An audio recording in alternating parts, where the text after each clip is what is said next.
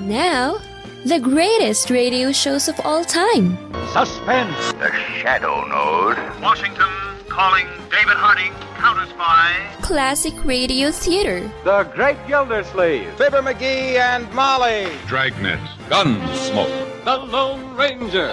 Now, step back into a time machine with your host, Wyatt Cox. Good evening, friends of the Inner Sanctum.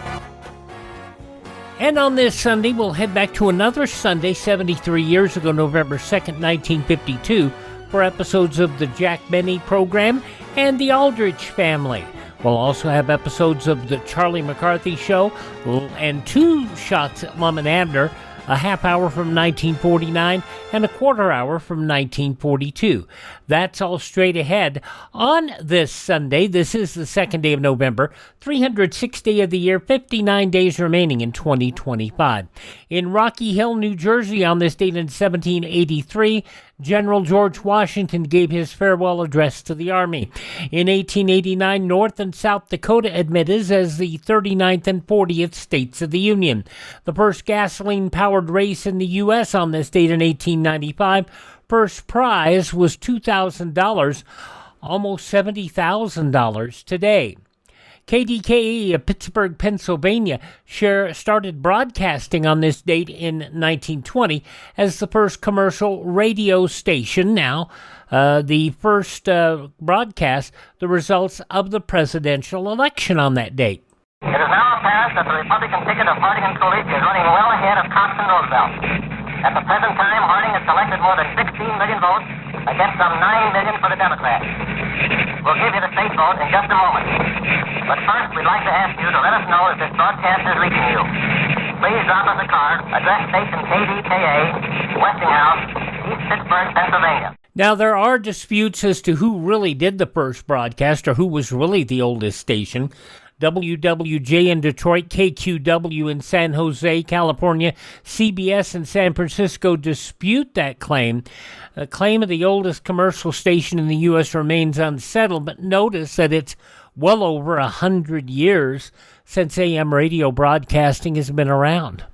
Haile Selassie crowned Emperor of Ethiopia on this date in 1930. In 1947, designer Howard Hughes performed the maiden flight of the Spruce Goose, the largest fixed-wing aircraft ever built.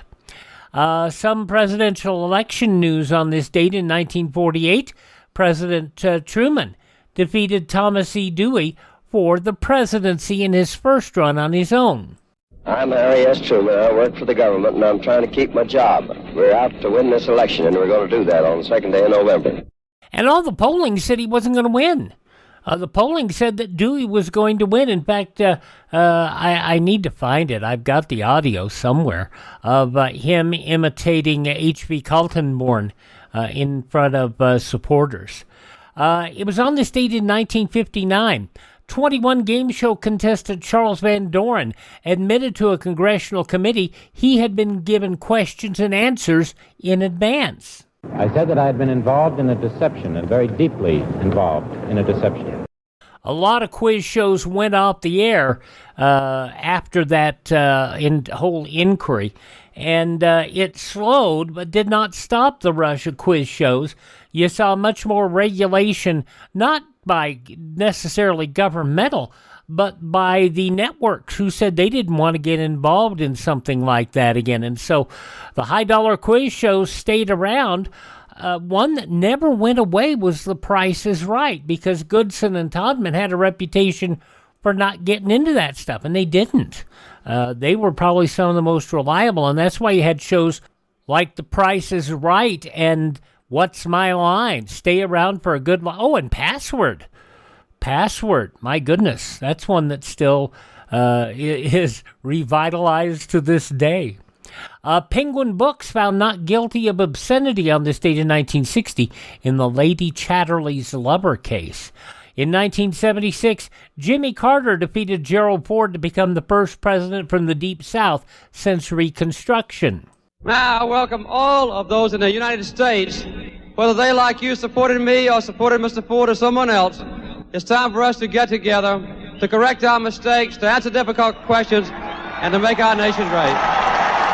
I want to thank all of you. I love everybody here. You've been great to me. Thank you very much. Gerald Ford bumbled his way out of the White House, much like Jimmy Carter would in 4 years when President Reagan won election. In 1983, President Reagan signed a bill creating Martin Luther King Day. It was the only current national holiday honoring an individual American. Traces of bigotry still mar America. So each year on Martin Luther King Day, let us not only recall Dr. King, but rededicate ourselves to the commandments he believed in and sought to live every day. The country has, by and large, gotten past dealing with race as major issues and discrimination in the realm of race. And yet you still hear a lot of talk about race on this podcast. And we think you need to know, because if you don't pay attention to where we came from, how are you going to know where we went? You know, very plain and simply. And by the way, Dr. Martin Luther King Jr. Day, very important day. But I also want to point out that the President's Day holiday that a lot of people refer to is still technically on the books as Washington's birthday. So, anyway, the number one song in the nation on this date, the theme to Miami Vice back in 1985. Hostage David Jacobson, released in Beirut after 17 months in captivity. The Morris worm, the first internet-distributed computer worm to gain significant mainstream media attention, launched on this date in 1988 from MIT. Chicago Cubs defeated the Cleveland Indians in the World Series on this date in 2016, ending the longest Major League Baseball championship drought at 108 years. The Cubs win the World Series! Jack Buck with the call over on Fox. And the Milwaukee streetcar began service in Milwaukee on this date in 2018. Let's see, passing away on this date in history, Nobel Prize laureate George Bernard Shaw, humorist James Thurber, voice actor Paul Frees, director and producer Hal Roach, singer Eva Cassidy, pro wrestler, and perhaps the preeminent ladies wrestler of her day, the fabulous Moolah, and the clarinetist Acker Bilk, the stranger on the shore. Birthdays on this date of those who are no longer with us include Daniel Boone. He was a real man, yes. Queen of France, Marie Antoinette, 11th President of the U.S., do you know who that is? And the 29th President, also born on this date. Burt Lancaster, Mr. Hand in Fast Times at Ridgemont High, but best remembered by me is My Favorite Martian, Ray Walston, and Emerson, Lake and Palmer's Keith Emerson. Do you remember the presidents? 11 is James Knox Polk. Also, the 29th president is Warren G. Harding. All those folks born on this date in history, and they are no longer with us. Hi, this is Jeff Foxworthy. It is now time for the birthday announcements. The following people are now officially older than dirt. Pat Buchanan, 87 years old today. From Heart to Heart, Emmy winner Stephanie Powers is 83. Also, singer Maxine Nightingale, trying to get right back where she started from. She is 73. K.D. Lang has that constant craving. She is 64 today. You remember him best from Friends, but he also used his voice in animation. David Schwimmer is 59. Transfer? Oh, no, I can't be transferred. I have an appointment with Dr. Goldberg at 5. That is from Madagascar. David Schwimmer, 59 today. From 24 and Riverdale, Marisol Nichols is 52, and rapper Nelly is 51. Those just a few of the people celebrating the second day of November as their birthday. If this is your birthday, we baked you a birthday cake. If you get a tummy ache and you moan and groan and woe, don't forget we told you so. Happy birthday! Happy birthday! Make a wish, dear, and blow out the candles. Here they go.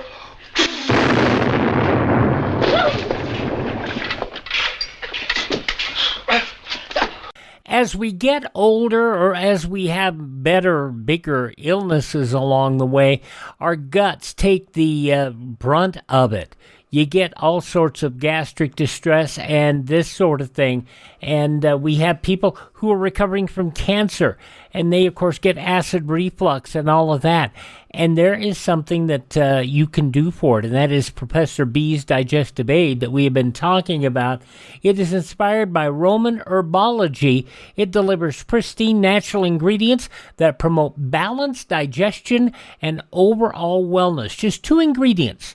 Not a whole bunch of stuff that you have no idea what it is. It's honey and her herb Apothera, and it supports your gut health gently and effectively. When you take it for 2 weeks, once a day, and once you get the feeling that, you're getting the relief that you absolutely deserve, you take it once every 2 weeks as maintenance. It's really easy. It's not very expensive, and you can also get the best price by using my promo code, which is Wyatt, WYATT. All you have to do, and when you go to profbees.com, either directly or use my link in the show notes or a link at classicradio.stream, you support the show, we get a commission, and what you get is the best price available. Just go to, you'll save 10%. Use our promo code Classic Wyatt. That promo code is Wyatt, WYATT, and you'll save and try it. And there is a 100% money back guarantee, so check it out at profbees.com. That's PROFBEES.com. Professor B's Digestive Aid, and you can get the link either in the show notes or at classicradio.stream. Check it out. You deserve a healthy gut, and you might as well get it the easy way without all sorts of chemicals using Professor B's Digestive Aid.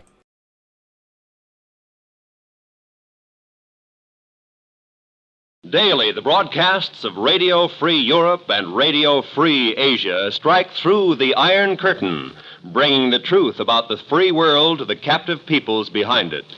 Help send a message by giving to the 1952 Crusade for Freedom.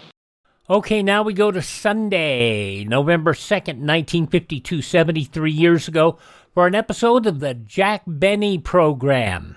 The Jack Benny Program, transcribed and presented by Lucky Strike. Lucky's taste better.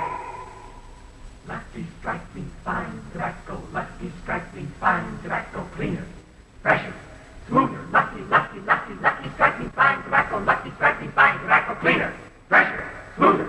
Better get a carton, better get a carton, better get a carton today. Hi, friends. This is Don Wilson. You could say that cheer is the voice of collegiate America speaking right up on the subject of cigarettes. Here's what I mean. A nationwide survey in 80 leading colleges, based on actual student interviews, reveals that more smokers in these colleges prefer Lucky's than any other cigarette, and by a wide margin. In addition, Lucky's gained far more smokers than the nation's 2 other principal brands combined. And why? The number one reason the students gave for smoking Lucky's was better taste. That's right, better taste, because LSMFT, Lucky Strike means fine tobacco. Better taste because Lucky's are made better, packed just right to give you a cleaner, fresher, smoother smoke. So be happy, go Lucky, and you too will cheer Lucky's better taste, because I know Lucky's better taste will cheer you. Lucky Strike means fine tobacco. Lucky Strike means fine tobacco. Cleaner, fresher, smoother. Better get a carton, better get a carton, better get a carton today.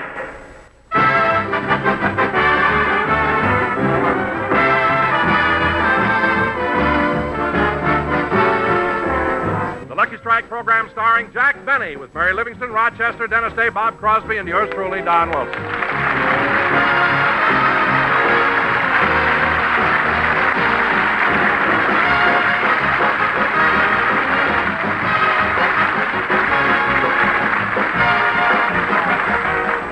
Ladies and gentlemen, immediately after this program, Jack Benny does his second television show of the season. Meanwhile, let's go back to Friday evening. It's Halloween. And in Beverly Hills, as in communities all over the country, the little goblins have already started through the neighborhood playing trick or treat. Well, this is the last house in the block. Before we go to the next street, I think we ought to put all the stuff that we got in one big bag. You go first, Bobby. I'm Joey. Bobby and me change masks. Oh, well, it doesn't make any difference. Let's all empty our pockets and see what we got. I'll go first. I got a piece of fudge, a stick of gum, and 2 lollipops. I got an apple, some popcorn, 2 cookies, and a chocolate bar. I got some lemon drops, a peppermint stick, and a donut. I got a Tootsie Roll, a package of rice.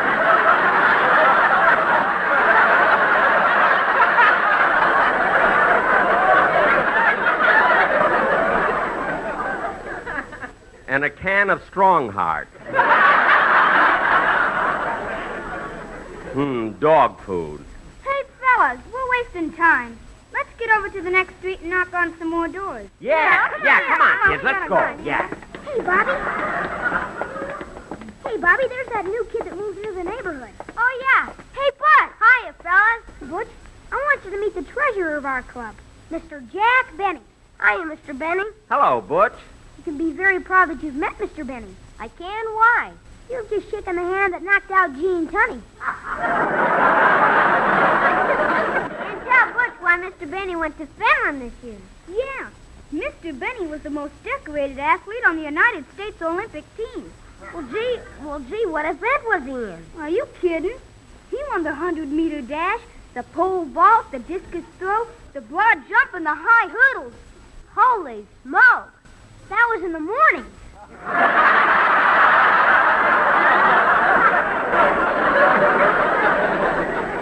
Oh, boy, what an athlete. Yeah, but Mr. Benny doesn't want anybody to know it. He even wears big pads in his coat so his muscles won't show. And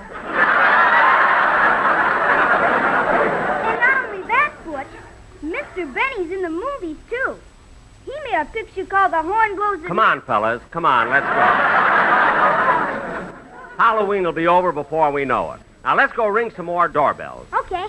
Hey, kids, this is the street where Mary Livingston lives. I'm going over and see her, kids. Okay. I'll be back in just a few minutes. Gee, I hope the maid is out tonight so Mary will open the door herself. Boy, will this mask fool her.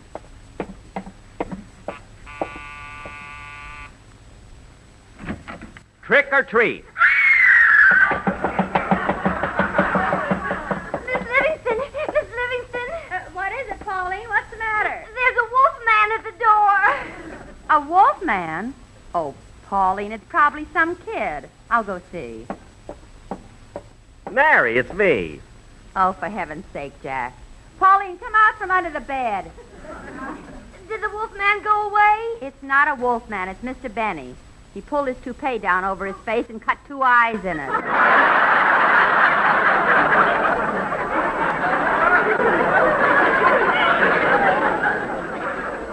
Yeah. Mary, do you mind if I come in and sit down for a few minutes? I'm worn out. Worn out? Why are you so tired? I don't know. I guess I haven't gotten over the Olympics. What? I mean, I walked over from Olympic Boulevard. Oh, boy, let me get into that chair. Say, Mary, I'm not keeping you from anything, am I? Well, not right now, Jack, but in a little while I've got to go over and help my sister Babe with a Halloween party. Babe's having another Halloween party? Funny she didn't invite me. Well, after what happened last year, you can't blame her. What a cheap costume. What do you mean? He didn't spend a dime. He put on a pair of shorts, stood out in the cold, and came as Little Boy Blue.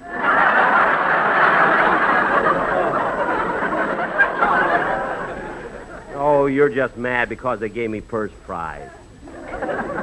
Gosh, my feet hurt. Do you mind if I slip off my shoes? No, go right ahead. Ah, that feels better. You know, Mary, we've walked all over the neighborhood.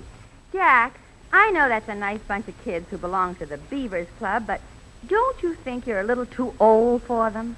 A little, but it's good for kids to have a hero, an idol, someone they can worship. I know, but what kind of an excuse are you going to give them Wednesday when they find out you weren't elected president? That's what worries me. The kids won't believe it. They'll demand a recount. Oh, well, I'll think of something. Mr. Benny! We're waiting for you. Oh, the Beavers are calling me. I gotta go. All right, Jack. I'm glad you stopped by. Good night, Mary. Night. Oh, Pauline. Here I am, Miss Livingston. Did Mr. Benny leave? Yes, Pauline, but he'll be back. How do you know? He forgot his shoes. Oh. Here. Thanks.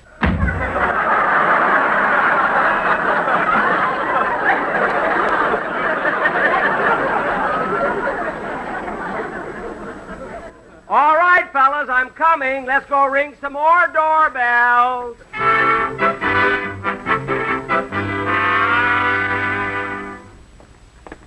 Gee, kids, we've walked about 3 miles since we left Mary's house. Huh? Hey, Mr. Benny, isn't this the house where Dennis Day lives? Yeah. Say, let me go to the door alone. I want to scare Dennis's mother. You kids wait here. I think I'll look in the front window first and see if Mrs. Day is home. Good, it's open, too. Oh, Dennis! Dennis, where are you? I'm in the library, Benita.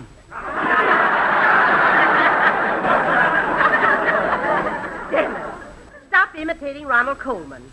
Now go sit down and finish your dinner. Okay. Say, Mother, why are you carrying that baseball bat? In case some fathead comes to the door to play trick or treat.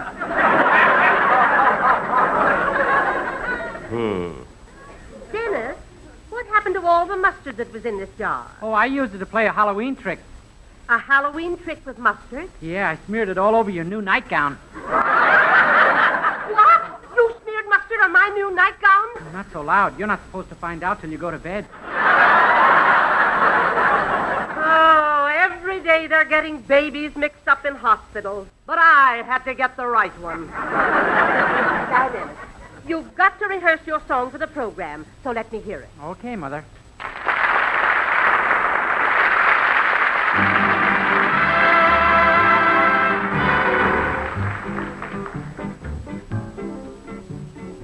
You're still the stars have no glory.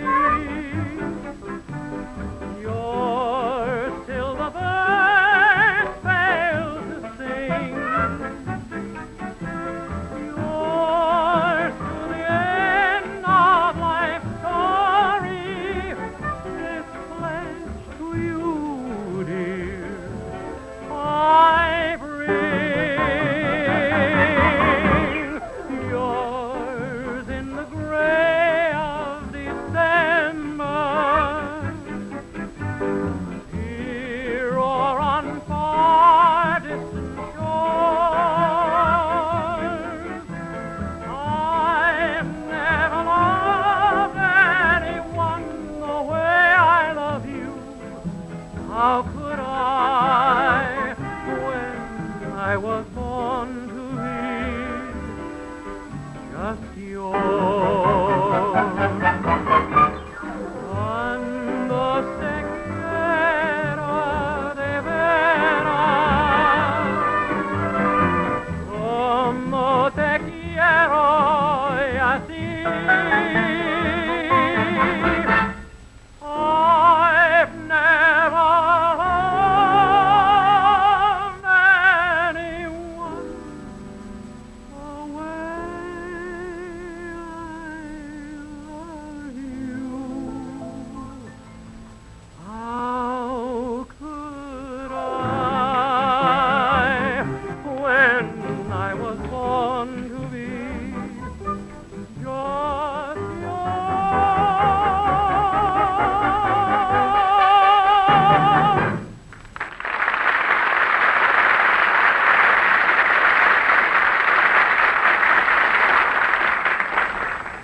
I'm getting out of here. I wouldn't go near Mrs. Day with that baseball bat in her hand. Hey, Mr. Benny, did you scare Dennis's mother? No, there was nobody home. But I thought I heard somebody singing with a beautiful voice. That was me. Yeah, da da dum, da da dum, yeah, da dum, da da dum. Hey, kids, there's a friend of mine coming down the street. You hide in the bushes, and I'll put on my mask and scare him. Okay. Oh boy, when he sees this mask, he won't know who it is. He'll jump out of his skin. Boom! Hello, Mr. Benny.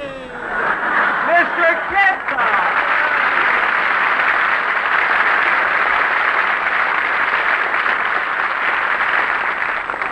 Mr. Kitzel, how'd you recognize me in these old clothes? You were dressed the same way at the opening of the Stettler Hotel. Oh, yes, it was a publicity stunt. Oh. Well, Mr. Kitzel, what are you doing out on the street? Don't you know this is Halloween? Yes, I know Halloween. This is the night when hobgoblins and spookses and monsters and witches roam the street. Then what are you doing out? I'm looking for my wife.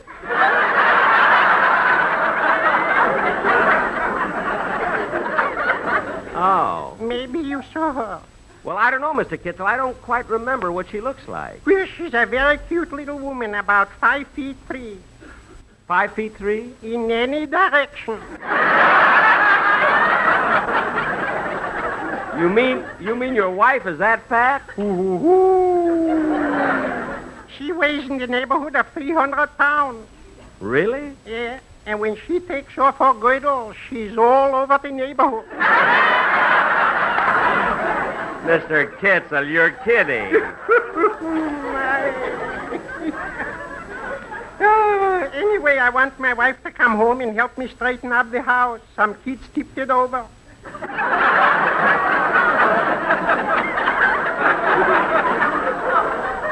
Tipped over your house? Tipped it. Well, your house must be awfully small. Small. In the morning, if you get out of the right side of the bed, you're in the kitchen. If you get out on the left side of the bed, you're in the bathroom. And if you get out from the front of the bed, you're on the sunset bus. Gee, you have got a small house, but I can't understand how a youngster could tip it over. Where I live, that's not unusual. My, are those kiddies tough. Really tough, huh? Today, a gang of them asked me to bob for apples. Well, Mr. Kitzel, that's the custom on Halloween. All kids bob for apples. I know, but in my neighborhood, they use boiling water.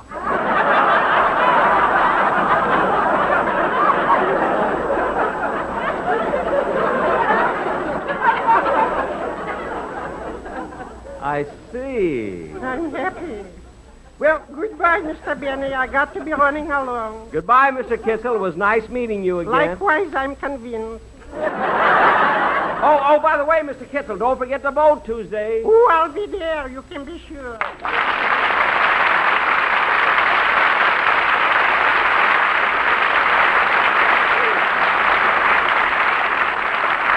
Hey, kids, Beavers, where are you? Here we are, Mr. Benny. While you were talking to that man, we rang some more doorbells. Yeah, we divided up our stuff we got. We dumped it all out on the sidewalk. We got a bag of circus peanuts, a stick of gum, a penny, a bottle of Coke, and a Tootsie Roll. I'll take the Coca-Cola. I'll take the Tootsie Roll. I'll take the lollipop. Now, it's between you and me, Mr. Benny. Which do you want, the stick of gum or the penny?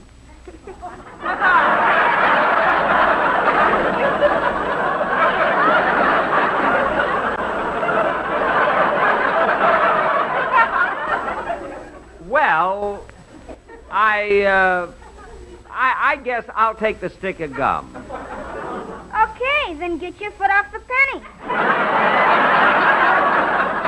Huh? Oh, I'm sorry. Say, kids, while we're in this neighborhood, let's go over to Bob Crosby's house. Okay, right.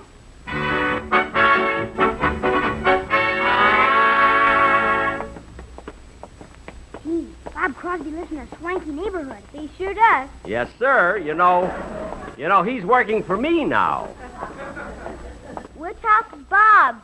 The one with the for sale sign.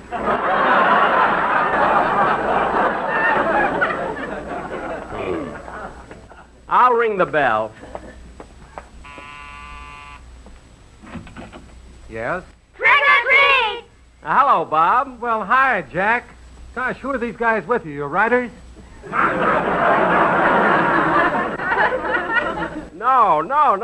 These kids are Beavers. Beavers, oh. Certainly I should have known your writers look more like gophers. Yeah, 3 of them type with their teeth. Let's go in, kid. Who is it, Bob? Oh, honey, Jack Benny's here with the Beavers. Oh, how nice. Jack, I don't think you've ever met my wife. This is June. Well, I'm very glad to know you. Thank you. Now, kids, There's a lot of candy on the dining room table, so don't be bashful. Oh, boy. Come on, fellas. Jack, come back here. Oh, yes. I'm sorry.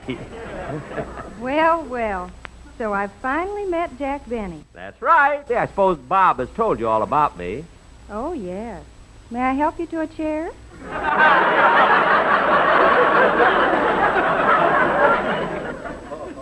Help me to... Say, Jack, Wow. you know, it's kind of bad you didn't get here a few minutes earlier. All the guys in the band were out celebrating Halloween. They all dropped in. The boys in our orchestra? Yeah, boy, what a gang. Especially Sammy, the drummer. Sammy, what did he do? He painted his head orange, put a lighted candle in his mouth, and came as a jack-o'-lantern.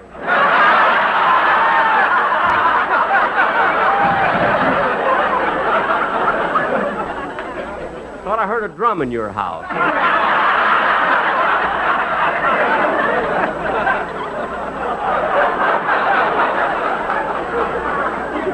No kidding, Bobby.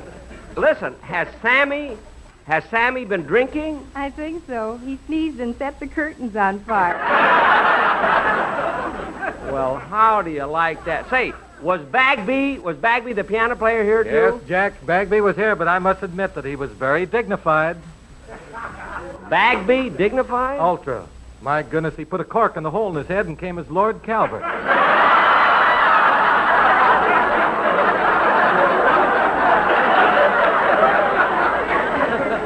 Oh my goodness! I wish I could have seen those guys.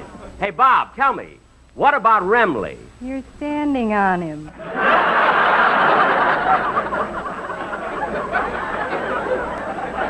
I thought it was a bearskin rug.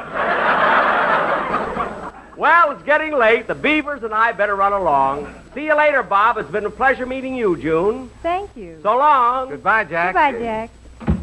Come on, Beavers. Come on. See, that Bob Crosby's a nice guy. And what a wife. Yeah, she's beautiful. She certainly is. She's got the bluest eyes I've ever seen. Oh, yeah? Come over here under the streetlight. There. Now, come on, kids. We got about 5 more houses. Now, where do we go next? Hey, I know a good Halloween trick. What? Well, there are 5 of us.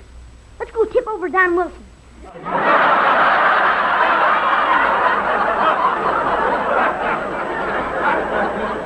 No, we mustn't do that. But let's go over to his house anyway. Okay. Now, come on, Beavers. It's getting late. Now,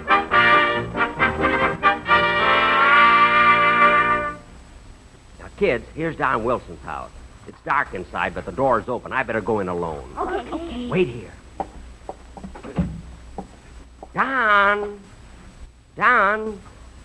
It's so dark in here. Don, where are you? Jack, we're in here.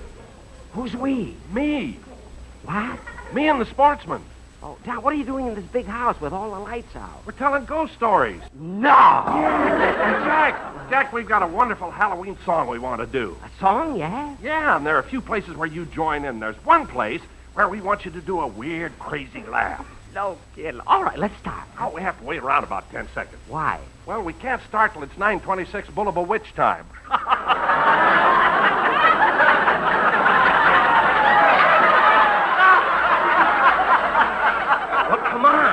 come on. We've only got about 5 seconds more. Okay, ready, everybody? Take it, boys.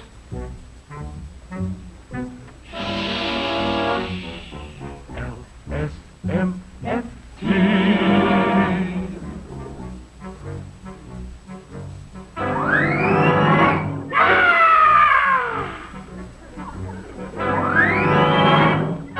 Come, we will give you a thrill. There's a house on a hill, full of spooks, but we will frighten them away. Take off my toupee. We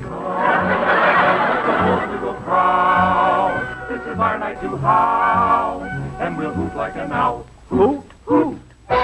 We are the goblins who know where the warm breezes blow and tobacco leaves grow. LSMFT, that's the smoke for me. So take a tip from a ghost. Use tobacco they toast. the one you like most of all? Now? No. Oh. Now? Yes. Ooh. Benny is the snow.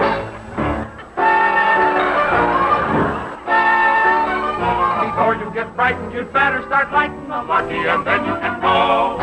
We are the goblins who know how to louse up your show.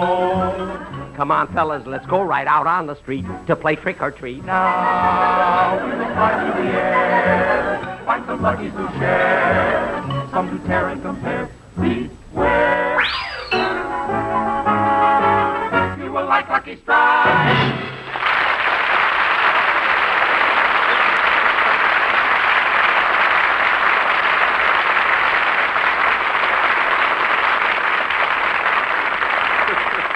John, that was wonderful. Absolutely wonderful. Oh, thanks, Jack. Maybe we could use it as a commercial on the program sometime, huh? No, that would scare all the people. Well, I better go. The Beavers are waiting for me. So long, Don. So long, Jack. So long. Hey, kids, come on out and we'll... Kids! Now, where do they go? I better give the Beaver a call.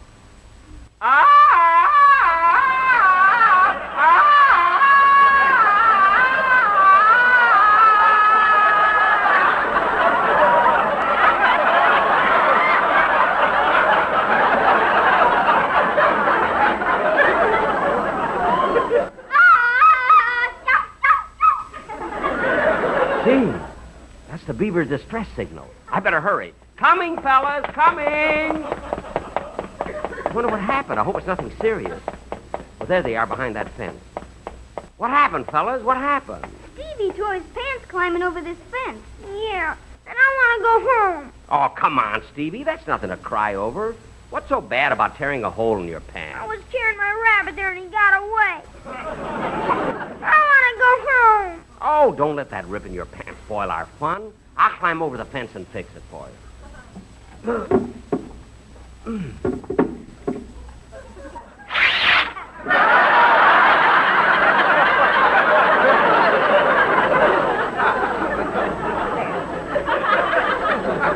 Well, I better go home, too. So long, fellas. We all better go.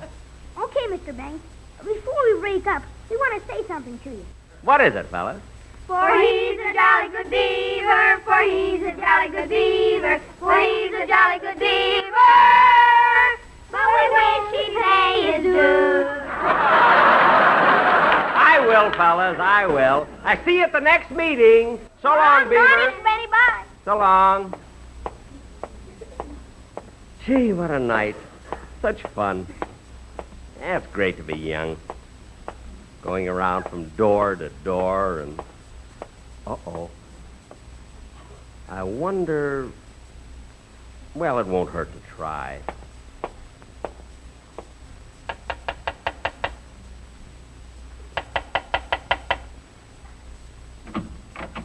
Trick or treat? I'm sorry, but I'm only the watchman in this bank.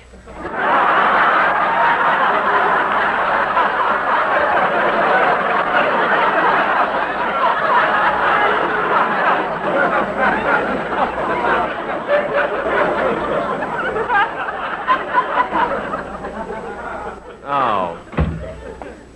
Some people never get into the Halloween spirit. Oh, well, I might as well go home. For I'm a jolly good beaver, for I'm a jolly good beaver, for I'm a jolly good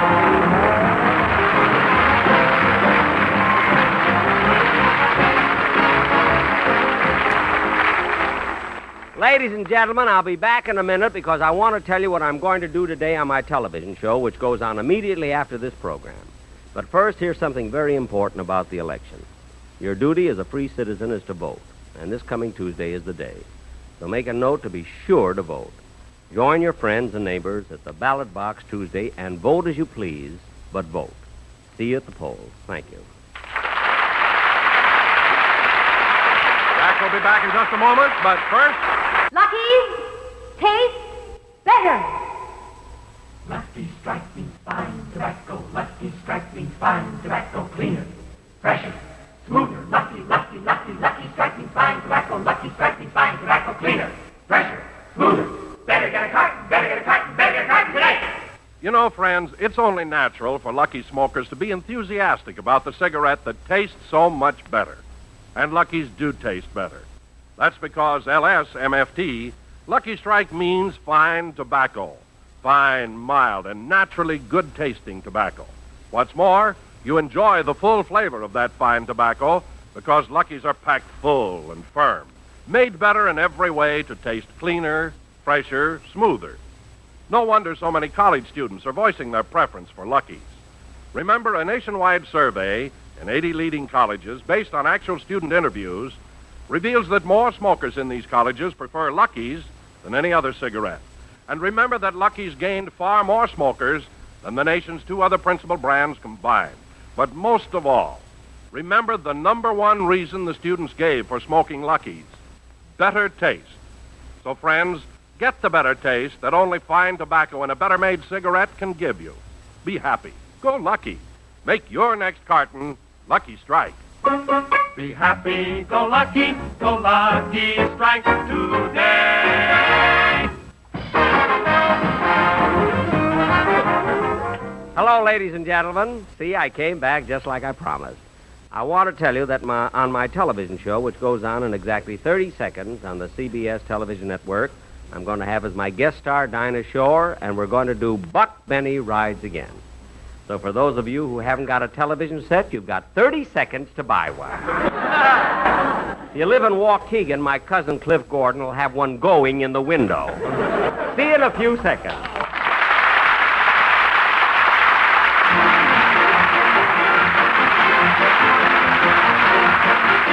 The Jack Benny program this week was written by Milt Josephsberg, John Tackerberry, Al Gordon, Hal Goldman, and produced and transcribed by Hilliard Martin. The Jack Benny program is brought to you by Lucky Strike, product of the American Tobacco Company, America's leading manufacturer of cigarettes. This is the CBS Radio Network.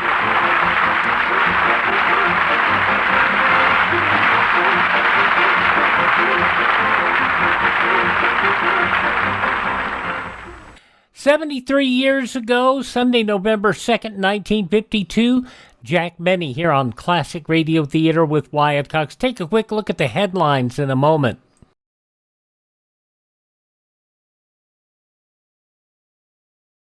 Do you know how old the school building in your community is? If it's over 25 years old, the chances are that it's woefully inadequate. Join with the groups in your community working for better school conditions. Remember, better schools build a stronger America.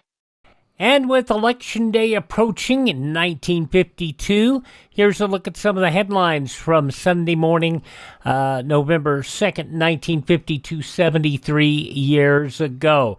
Adlai Stevenson brought his campaign to a roaring finish before 25,000 people in Chicago Stadium with a fighting prediction of a Tuesday Democrat victory, saying there has been an electric feeling of victory in the air all the way home. He declared that upon his return to Illinois from a day of whistle-stopping through Ohio and Indiana. Meanwhile, General Eisenhower called Korea an important symbol of communist aggression, but the free world's attention must never be diverted from the possibility of a Soviet attack on Western Europe. In a nationwide television and radio address, the Republican presidential nominee said the task of stemming red aggression is a global problem and added, let's not be diverted too much into one corner of the world. Meanwhile, hints of plots to rig the election by coercion or fraud came from both Attorney General James P. McGranery and Arthur E. Summerfield, the Republican national chairman.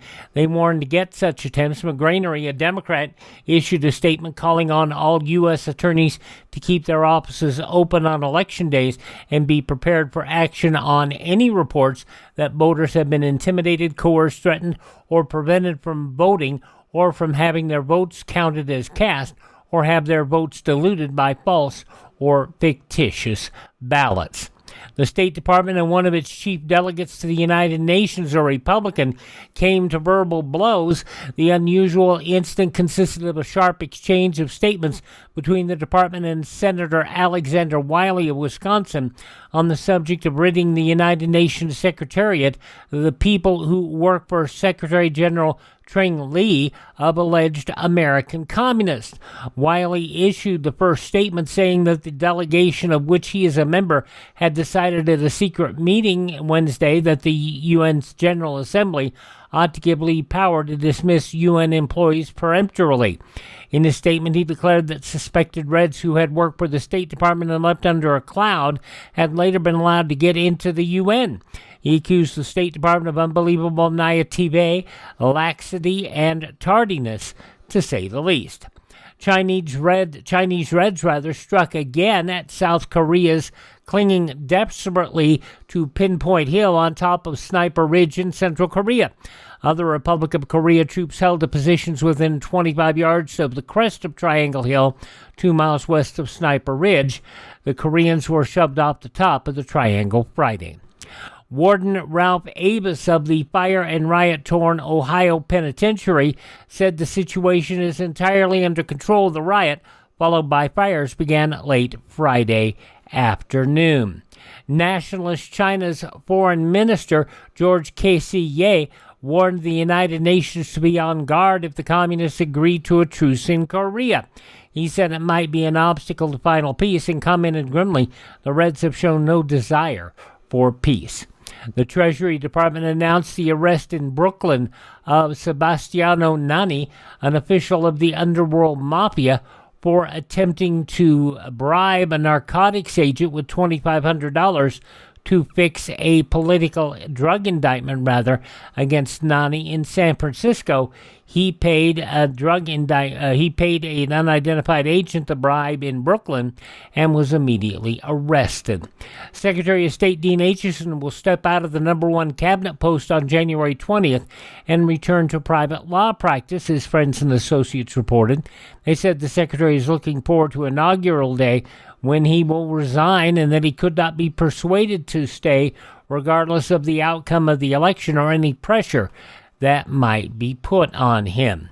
A seasonal football robbery in the Hudson Bay Company department store in Vancouver, British Columbia. It was foiled by employees who weren't taken in by the old hidden ball trick. The offense in this case comprised 4 men, police said, a well-coordinated backfield. The football was a canvas bag containing about $5,000 in bills.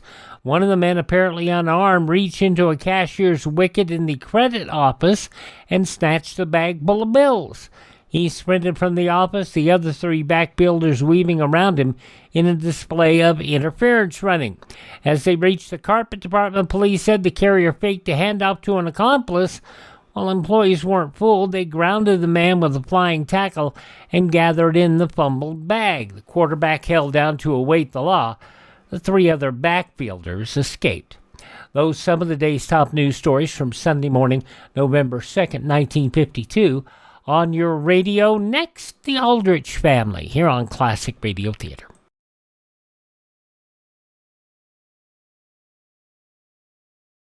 Alert Americans will heed history's lessons. Throughout history, surprise has had a leading role in military disasters. Today, an enemy capable of surprise air attack could leave chaos in his wake. That's why you should be in the Civilian Ground Observer Corps, volunteering a few hours a week to guard our skies. Be a ground observer. Contact your local civilian defense office. All right, let's wrap up our look at Sunday, November 2nd, 1952, with the Aldrich Family, starring Bobby Ellis. In just a moment, enjoy the Aldrich Family. But first, Election Day is almost here. Studio 8H here in New York is already a place of feverish activity for NBC's combined radio and TV coverage of the biggest political event in 20 years. A staff of 250 men will relay the latest news. 15 of the top commentators will analyze the results. The network newsmen will have the Mon Robot, the electronic brain to compute important trends as ballots pour in from 48 states. Yes, Tuesday, NBC will be the nation's headquarters for election returns. Now it's the Aldrich Family on NBC.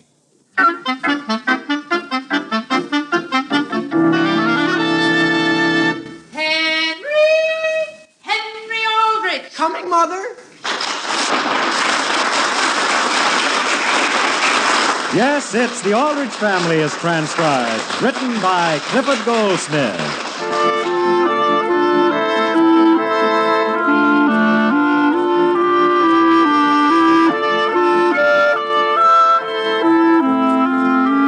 Even though everyone knows him because he lives in your house or next door or somewhere in your memories, no one has yet been able to define the typical teenage American boy.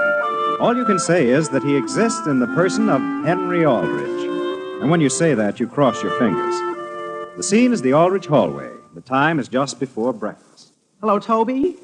Toby, are you listening? Yes, Henry, but I'm thinking. Well, never mind thinking, Toby. Didn't you say you'd pay me back? I'm going to, just as soon as I get some money. But, Toby, I'm going to a party Saturday night, and if you don't pay me the 50 cents, I can't get the trousers I need. Henry. Just a minute, Toby. What, Homer? Tell him if he doesn't pay, you'll sue. Sure. Listen, Toby. Henry, would it help you any if I loaned you a pair of trousers? No, how would that help? I've ordered a brand new pair of slacks, and I need that 50 cents before I can pay for them. Well, suppose we made some kind of business arrangement. What business arrangement? Well, would it help you any if I paid you 5 cents every week on what I owe you? No. Go on, Henry. Tell him you'll sue. Yeah, Toby, if I don't get that money, you can expect to be sued. Look, Henry, I'll call you back in just a few minutes. You'd better. Okay, you wait right there by the phone. I'll see what I can do. Okay. So long, Hen. Thanks for calling. So long. What did he say, Henry? That's a nice thing, Homer. That's a nice thing. Henry, did you know that when you're in a position like the one you're in, you can get a bill collector? You can? Sure. My father will give you the names of 2 or 3 you could get. Henry, Yes, Father? I just put a letter for you on the living room table. Well, gee whiz, who's it from? I didn't notice. Homer, come on into the living room. Why don't you get a collector and scare the daylights out of Toby? I'd certainly like to. Henry, your breakfast is getting cold. I'll be right there, Mother. You asked for 3 eggs, you know. Yes, Mother. I'm practically starved this morning. Is your letter from a girl, Henry? Oh, gee whiz. Well, who's it from, Henry?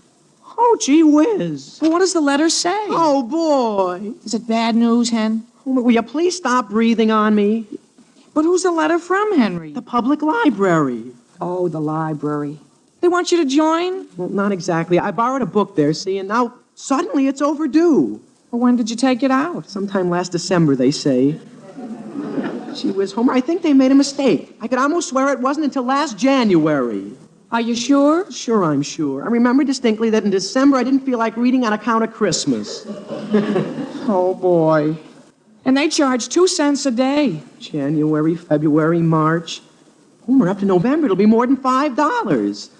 $5 just for one copy of Huckleberry Finn that I didn't even read. Well, why didn't you return it after 2 weeks? I told you I hadn't finished it. That's what I get for trying to improve my mind. $5? How much do you have? Well, just enough to pay for my slacks, provided Toby pays what he owes me. Then forget about the book. The thing for you to do, Henry, is to crack down on Toby. But what about the library book? All the public library will ever do is send you letters. Or what harm can that do? You really think so, Homer? Sure. They can't afford to get too tough. They don't want to lose you as a customer. Henry? After all, they hardly ever go as far as they did with George Bigelow. What did they do to George? They called in his mother and father and went to see the principal. Oh, boy. Henry, I want you to come in here and eat your breakfast. Mother, I don't think I want any breakfast. What's the matter? I couldn't eat a thing.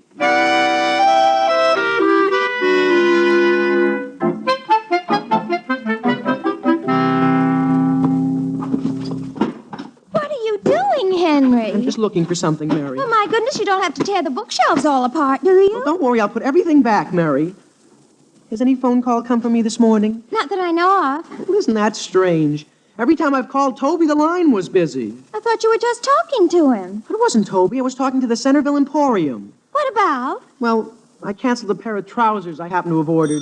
Well, Mother says you should get ready for lunch right away. All right. Mary, do you know Miss Spofford? Miss Spofford? At the library. Oh, my goodness, Miss Spofford. She scares me. Henry, she has the most terrible temper. Is that right? Henry, you wanted on the telephone. Well, gee whiz, it's about time. Henry, don't let your lunch get cold. I'm going to tell that Toby a thing or two. Hello? Now listen, Toby. Is this Mr. Henry Aldrich? What's that? I'd like to speak to Mr. Henry Aldrich. This is I. This is the Centerville Emporium. Oh. Oh! I'm very sorry, but our manager says it's too late to cancel your trousers. What?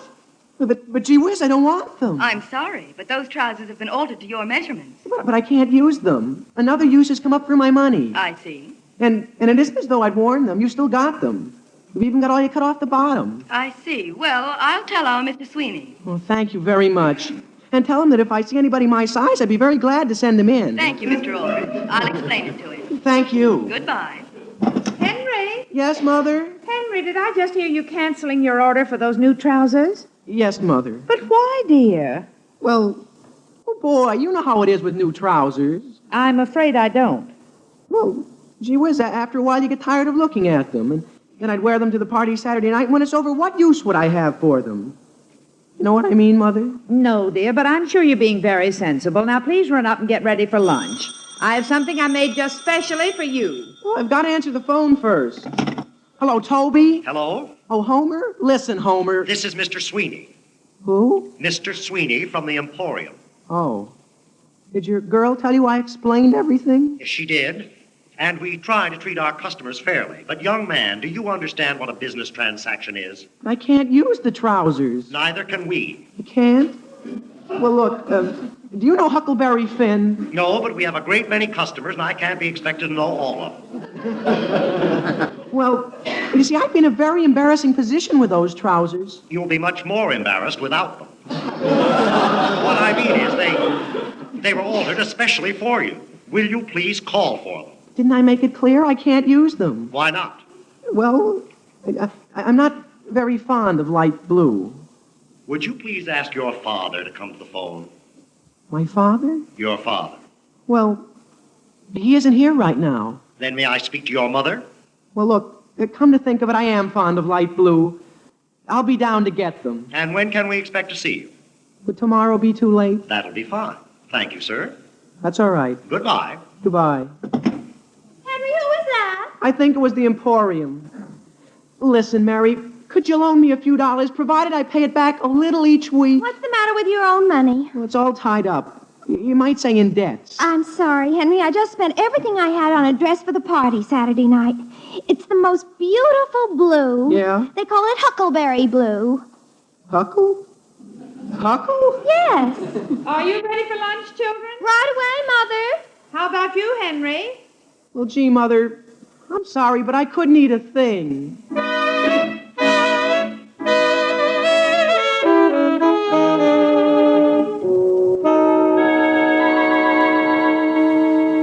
Hello, is this Dr. Bennington? Yes, Mrs. Aldrich? I don't like to bother you, Doctor, but Mr. Aldrich and I are just a bit worried about Henry. Something wrong with him? Well, he's simply not himself. He hasn't eaten more than a bite in 2 days.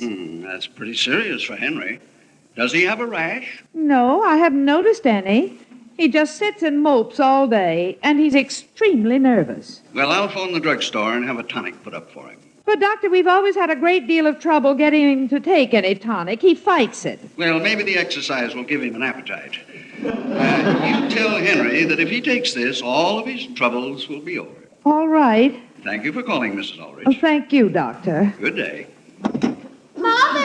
Yes, Mary? Have you forgotten dinner's ready? Oh, I'm coming. We went right ahead. Mother? Yes, Henry? It wasn't Toby that just called, was it? No, dear. It was a call I put in. Did you see Toby today, Henry? No, Father. I haven't been able to get in touch with him.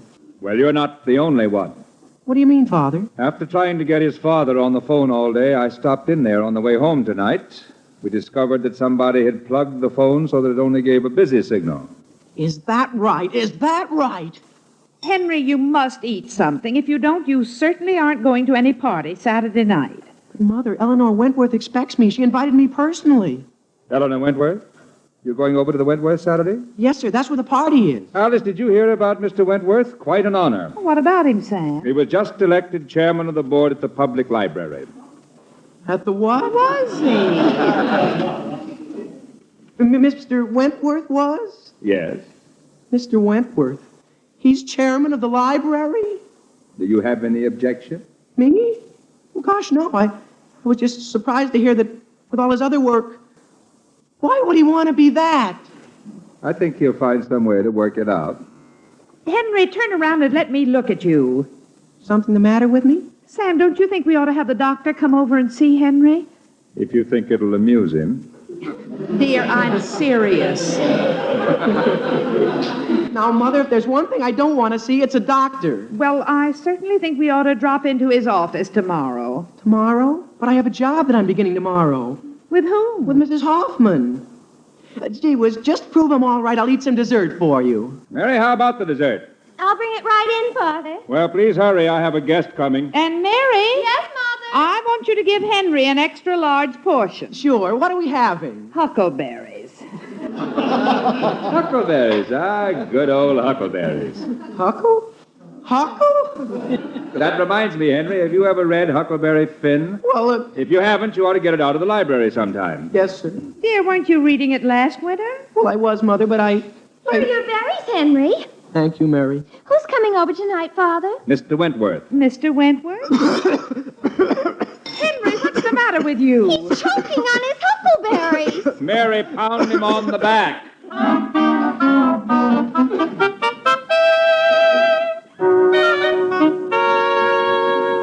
Well, I'm certainly glad you dropped in, Mr. Wentworth. Sorry I can't stay any longer. And you can count on Mrs. Aldrich and me to do everything we can for the library. It's very good of you, Mr. Aldrich. Incidentally, if you want to raise more funds, why not get some of the young people interested? You think they'd help? Well, of course. Let's get Henry down here. He's usually pretty good at organizing things. Henry! Oh, Henry! Strange. He was here right after dinner. Well, ask him to drop into my office someday. I'd like to have a talk with him. All right, I'll do that. Glad you dropped in. Incidentally, Eleanor seems to think a great deal of Henry. Well, you know how Henry feels about Eleanor.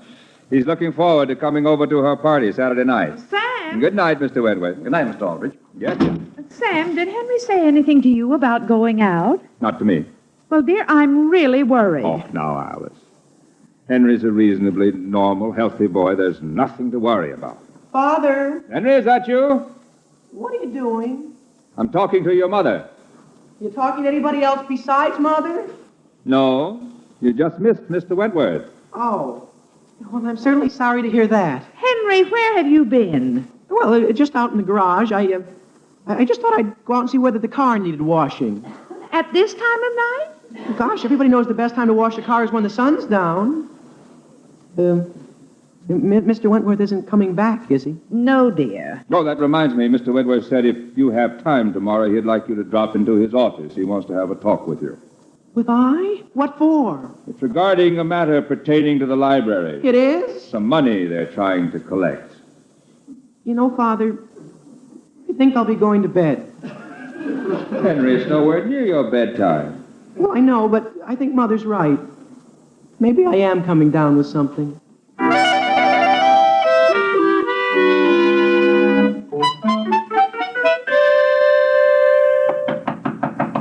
Yes?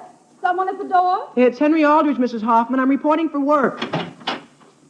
Oh, I'm sorry, dear. I'm afraid it's too wet for you to rake the leaves this morning.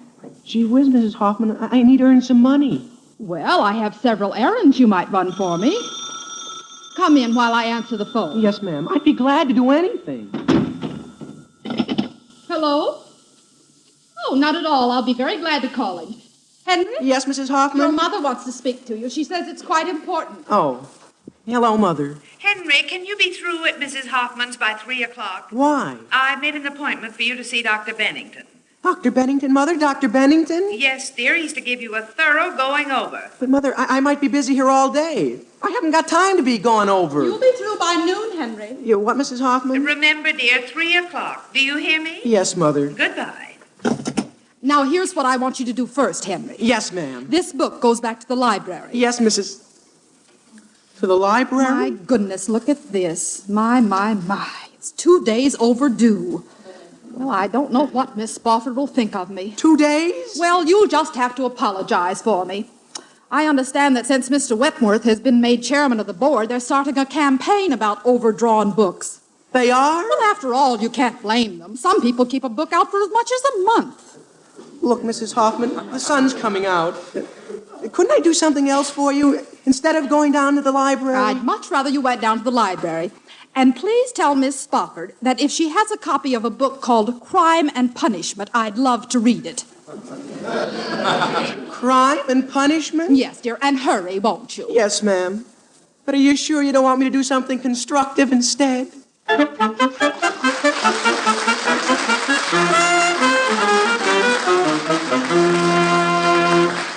We'll return to the Aldrich family in just a moment.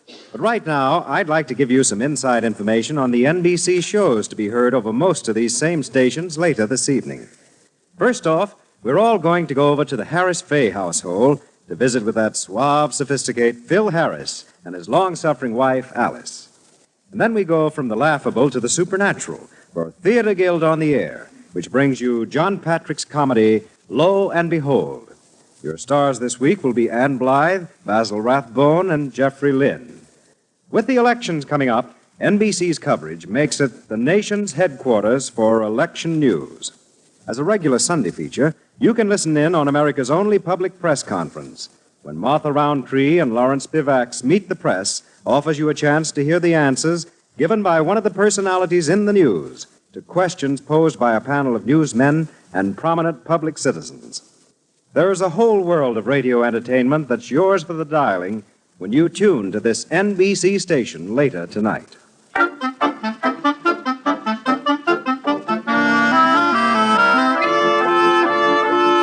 Now getting back to the troubles of Henry Aldrich.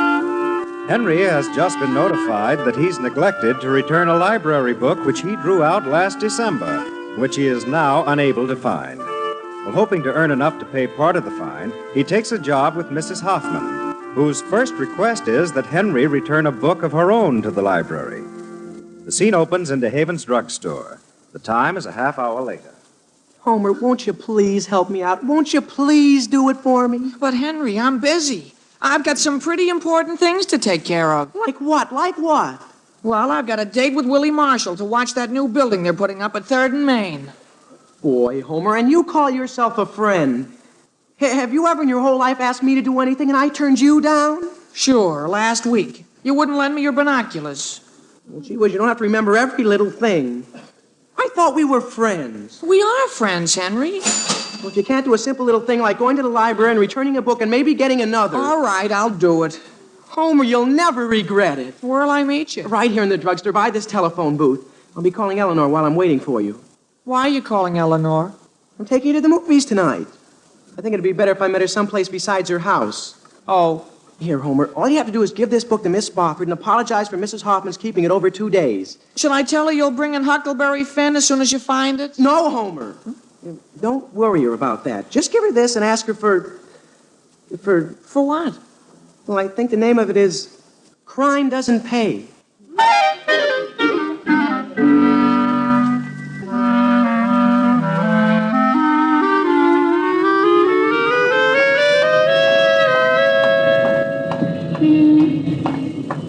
Did you like the movie, Henry? Well, I didn't care for it so much, Eleanor. Oh, I did. I thought it was beautiful. The way as long as he lived, his conscience bothered him. Did you like that part? And all he'd stolen when he was a boy was an ordinary bottle of milk. My, but didn't he suffer, though? Well, I guess the suffering was pretty evenly divided. Listen, Eleanor, would you mind walking up this street toward Homer's house? What for? Well, I waited at DeHaven's drugstore for nearly 3 hours today, and he never did show up. I'll bet you wouldn't do a thing like that to a person. Who, me? That's the first impression a person gets of you, that you're dependable, reliable. Oh, gee, I don't... Well, you take a person that... Well... What, Henry? Well, what I was going to say is, you take sometimes... Though I guess a person can't help it. Help what? Anything. You're awfully understanding of others, Henry. Well, I do study people a lot. I kind of read their character. That's what I like about you, Henry. You're so intelligent. I'll bet you do a lot of reading. Why? Well, I like some books. I'll bet you probably grow up and collect books. I'll get over it. Oh, boy. Who's that coming down the street? Where? Right under the street lamp. Oh, it's Miss Spofford. Miss Spofford from the library? Do you know her? Well, only what you might call professionally. Look, Eleanor, instead of going to Homer's, why don't we go down this way, by Johnson's Candy Kitchen? Did you want to stop in there? Well, I think it might be a good idea. Let's walk real fast. Oh, my goodness, look who's right ahead of us. Who is it? Isn't that Mrs. Hoffman? Mrs. Hoffman? Oh, boy. Look, Eleanor, why don't we go across the street to Tillman's hamburger stand? It's a lot better. All right. Oh, let's hurry. Why? Father's right over there. We can walk with him. He is? Henry? Henry? Where are you, Henry?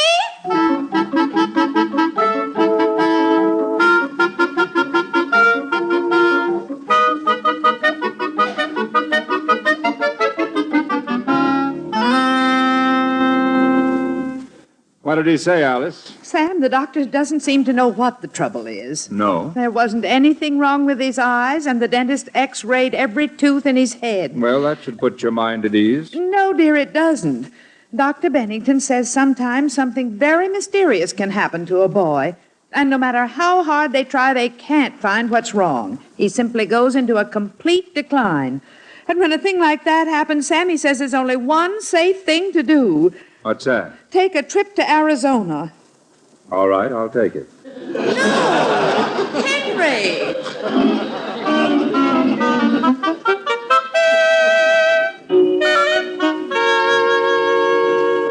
Henry, what's in the box? Just a pair of trousers, Mary. See? Oh, they look awfully nice. The Emporium made them to order, you might say. You better hurry if you're going to the party. I'm not going. Why not? Because I'm not.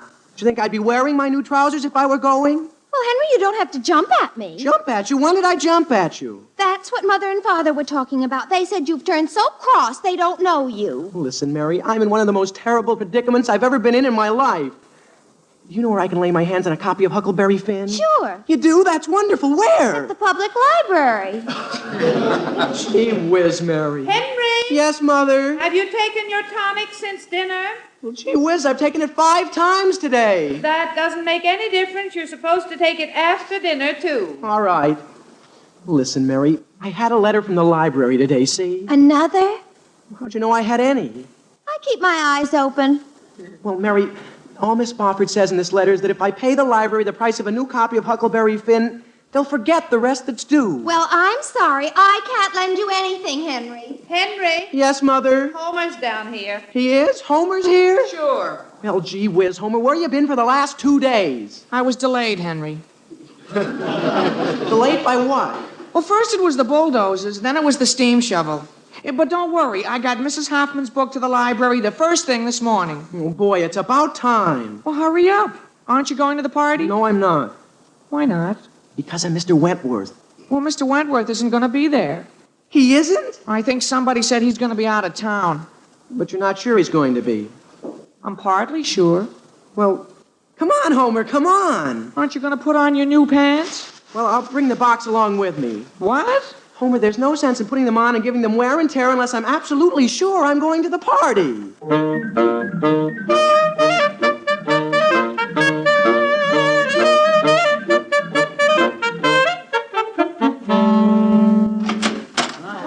Henry, what are you doing out here on the porch? Hello, Eleanor. Hello, Homer. Hi. Come on in. Eleanor, we won't be disturbing your father, will we? Oh, no, he isn't even in town. He isn't? Well, gee, Eleanor, that's too bad. Didn't I tell you, Henry? Let's go in. Come on, Henry. Okay. There isn't anyone here but our crowd and a few others and Miss Spofford. Miss Spofford? Yes, you know her, don't you? Oh, yes, yes. Sure, Miss Spofford, from the library. Eleanor, I just happened to remember. What? Well, my mother's home, all alone. She is, Henry? Oh, well, why don't you ask her to come over? No, I think I better go home. Oh, Henry, you can certainly come in for just a while. Well, gee, I'd like to, Eleanor, but when my mother's alone, she likes to have me with her. Oh, just stay for one game. In just a minute, we're going to play a literary game. A literary game? A literary game? Yes. I just happen to think my mother's alone, too. Oh, but it's the easiest thing in the world. Miss Spofford asks the questions, and you answer. And there are prizes. Well, I just couldn't enjoy winning a prize. Not with my mother home alone. Please, Henry. No. Henry, I'm not going to let you go. You're coming in if I have to pull you in. Please, Eleanor. Hey, Henry, let go of me. If I'm going in, you are too.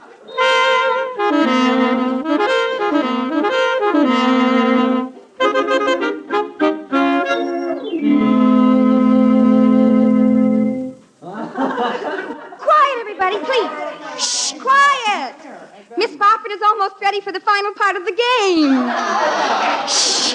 The last 3 remaining in the literary contest are, let me see, Who are they, Miss Spofford? They're Toby Smith. Toby Smith? Homer Brown. Homer Brown. And now let me see, who is the third? Isn't it Henry? Oh, yes, Henry Aldrich. Now, all three of you boys will stand in the middle of the room facing me. Yes, ma'am. Yes, ma'am. Yes, ma'am. In each of these packages is a prize. Yes, ma'am. Yes, ma'am. Miss Spofford, can anyone take my place? I'm very sorry, Henry, but you will have to take your own turn in answering. Now then, Toby, in order to win what's in this box I hold, you will have to answer a question. Yes, ma'am. Now tell me, what character in literature said, to be or not to be?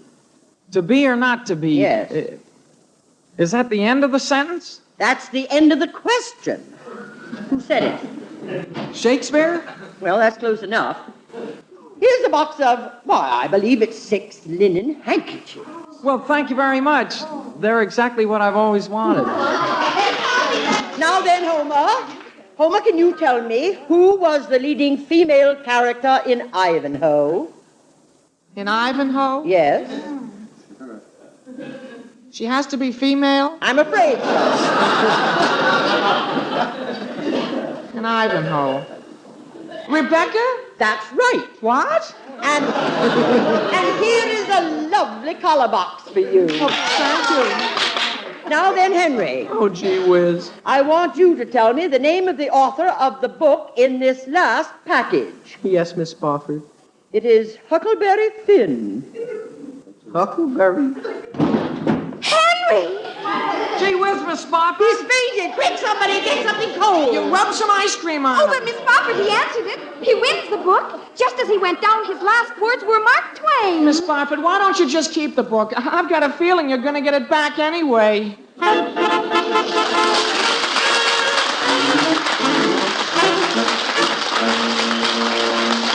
Loyal Americans have always stood behind our fighting forces through all the years of our country's history. Today, the need is for blood donations for members of our armed forces in Korea. Today, with the reserve of blood plasma virtually exhausted by GI requirements, an emergency exists. The Department of Defense is therefore calling for an immediate stepping up of blood collections. This is your opportunity to help save the lives of our fighting men in Korea. Call your Red Cross chapter or local blood donor center for an appointment.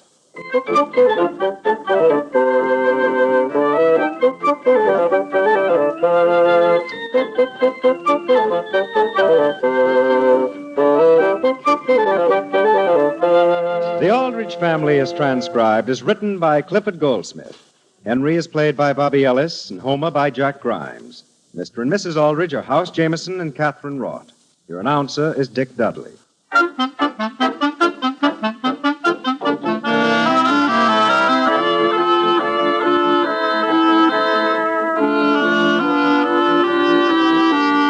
Listen again next week, same time, same station, for another sparkling half hour with the Aldrich Family. Good night, everybody.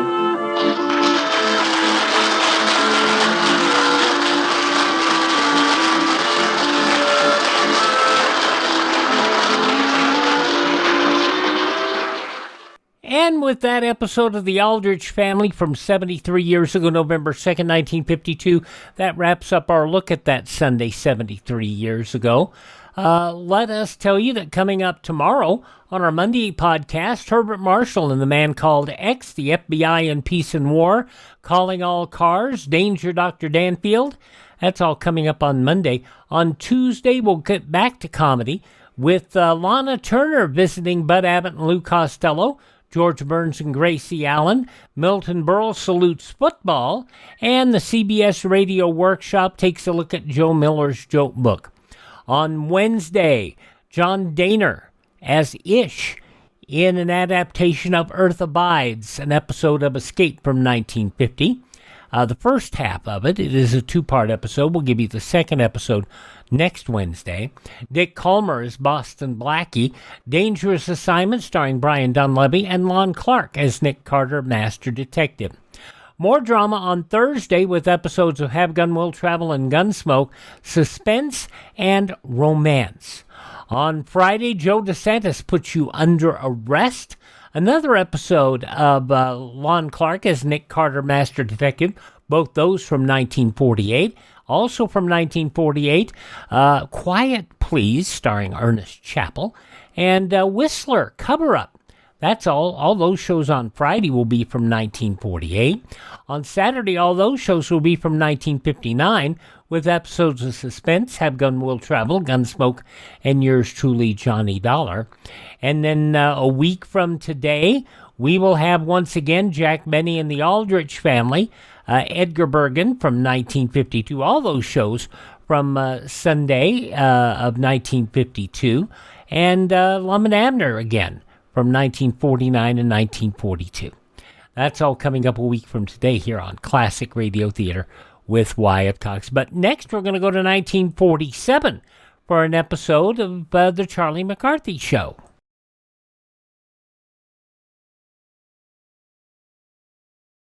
Americans have always been noted for their know-how. And you young men in search of a career, you can put this practical talent to excellent use in one of our nation's many engineering schools. At the present time, we need engineers. We need them to maintain our scientific and engineering superiority. So look to your future, to America's future. Plan now to become an engineer. All right, now let us continue with an episode of the Charlie McCarthy Show starring Edgar Bergen. And this goes back 78 years as Charlie has a toothache. Yeah, that doesn't make sense, but we'll see what happens here in this episode from 78 years ago.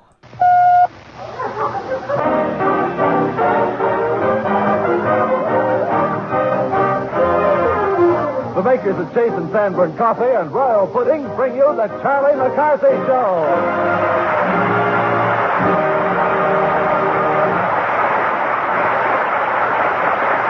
This is Nelson Case, ladies and gentlemen, greeting you from Radio City, New York, on behalf of Edgar Bergen, Charlie McCarthy, Ray Noble and his orchestra, Anita Gordon, Mortimer Snerd, Pat Patrick as Ursel Swing, Nat Crowley, and our special guest, Fred Allen. And here are Edgar Bergen and Charlie McCarthy.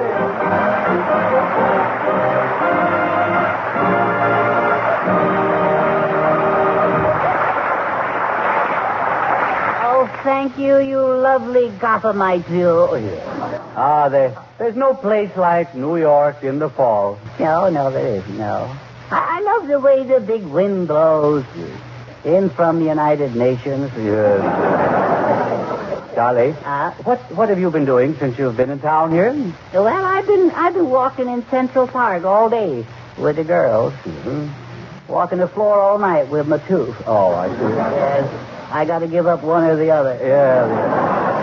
Well, that's rather tough luck, isn't it, having a toothache at this time? Yeah. Does it hurt?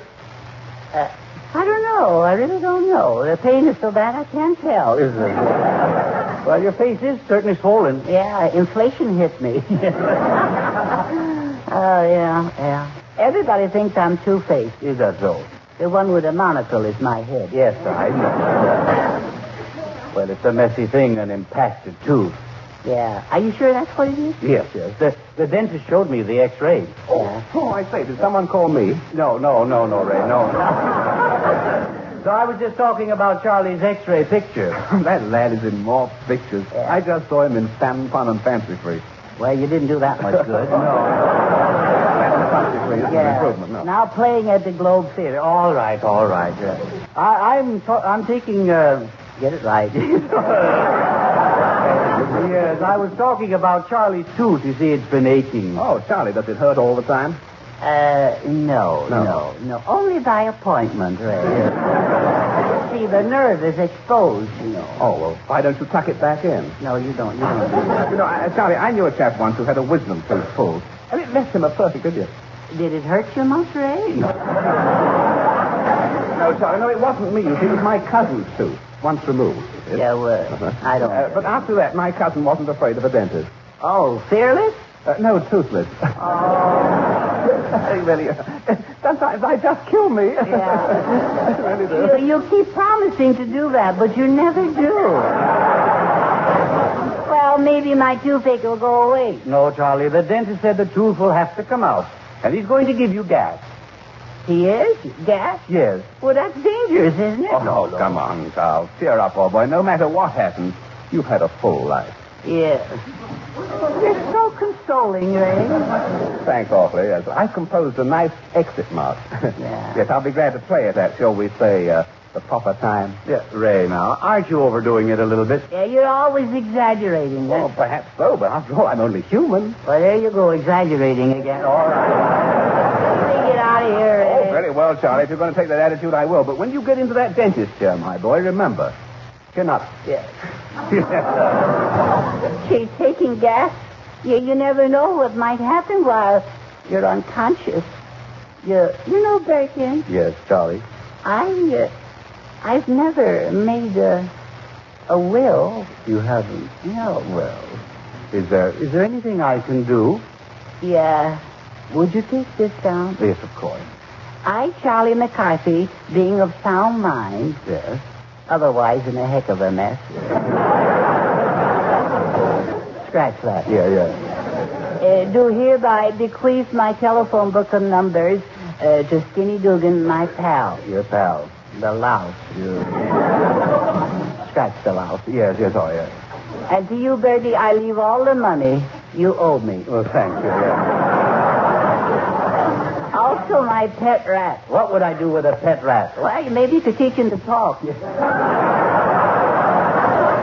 I shall see that all your possessions are disposed of. Well, only if I die. Only if you die. Don't go out of your way. No, I won't. I didn't mean it that way, Charlie, because if anything should happen to you, why, I don't know what I would do.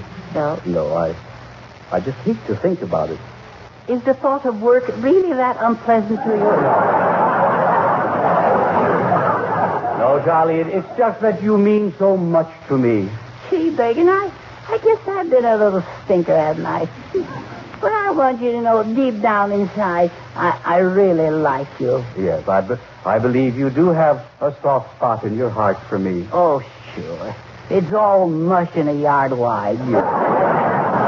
Bergie. Yes, Charlie. Kiss me. Yeah, all right.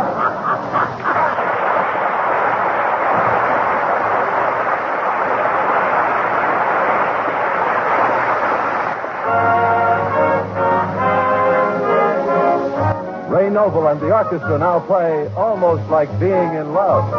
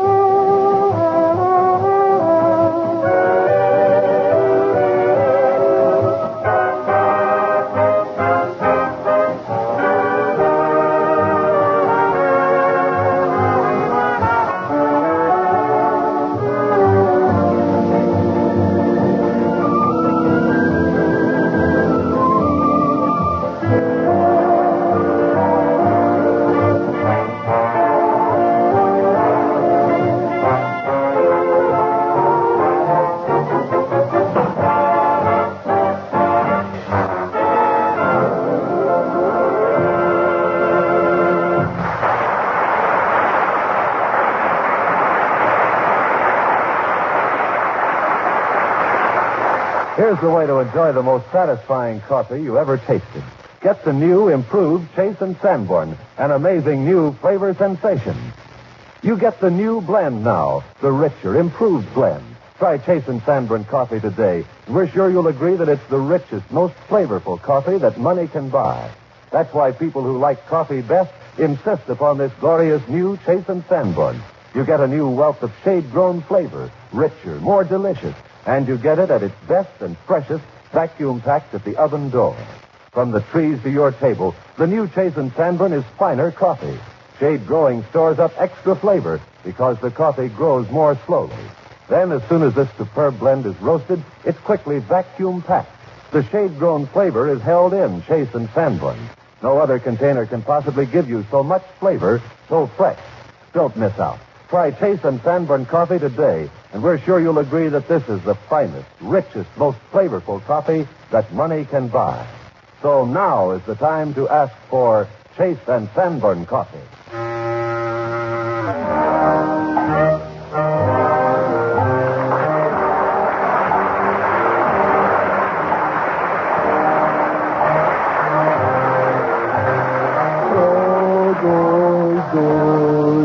Why, Mortimer. You. Yes. Is that you under that blindfold? Well, you got me. Yeah.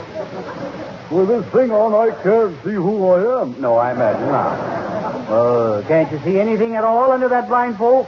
Well, on a clear day, I can see the blindfold. You can? Yeah. Well, that's fine. Well, why are you wearing a blindfold anyway? Well, I gotta. You see, we was playing a game Halloweeny night, you know. Yeah. And where was it? Halloween night. Oh, yeah. And I can't see what I'm saying blindfold now. And they told me not to take it off, you see. Not to take it off? That'd be cheating. I see. Yeah. You mean to say you've been wearing it ever since Halloween? Yeah. Oh. Long time no see. Yeah.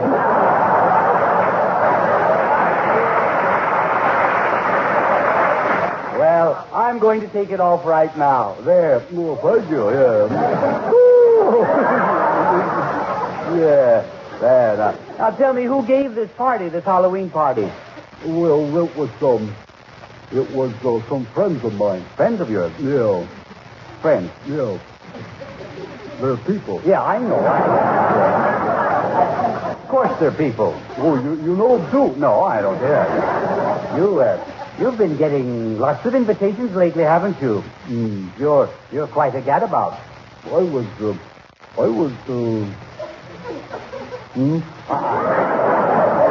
I say you're quite a gadabout. What about?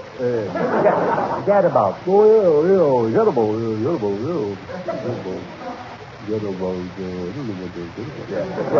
Well, that means someone who gets around. Oh, yeah. Around who? Oh, around socially. Oh, him? Yeah. No doubt this party was a masquerade. Did you wear a funny face? Yeah, this one. This one, I see. I don't have much choice. No, I see. But I suppose you played a lot of games. Yeah, it was the gamiest toad I was ever in. Did you pop for apples in the tub of water? Yeah. Well, we had fun doing that. We were supposed to catch the apples amongst our teeth. Yeah, that's right. That's not too easy. Well, it was for me after I drank all the water out of the tub. Well, what other games did you participate in? Well, they made me bend over and imitate a canoe. Uh-huh. Only trouble was they did the pattern. Oh, I see. Did it sting? Oh, it sang like 60. Yeah. Well, you didn't mind a little thing like that. No. In a few days, I'll be sitting 30 again. Yeah. In another game, I fell down the basement stairs. Yeah. Weren't you hurt? No. Concrete floor broke in the fall. Oh, I see. Well, didn't you play more pleasant games like post office? Yeah, I don't like that game. He kept saying I had a letter in the next room. Yeah. Turned out to be nothing but some girl.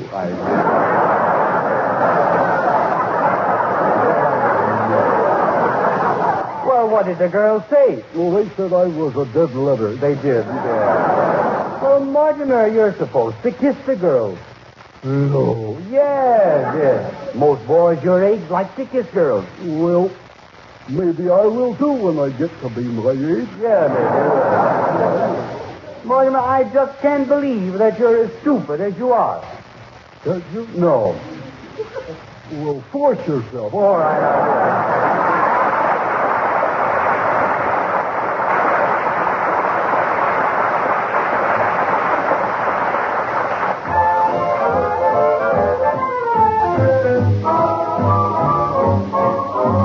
And here's Anita Gordon singing about that naughty Angeline. Too many rings on your finger, naughty Angeline. You laugh at romance that lingers, naughty Angeline.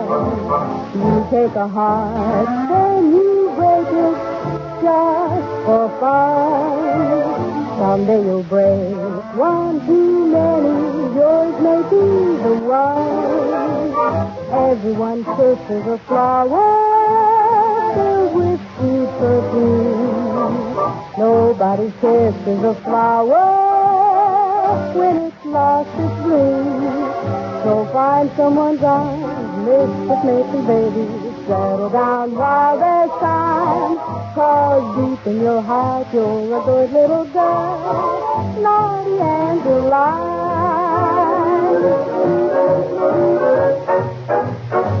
Naughty Angeline. Naughty Angeline. You take a heart, then you break it just for fun. Someday you'll break just one too many. Yours may be the one. Everyone kisses a flower filled with sweet perfume. Nobody kisses a flower when it's lost its bloom. So find someone's arms, you little Mrs. Making baby. Settle down while there's time. 'Cause deep in your heart you're a good little girl. Not so very naughty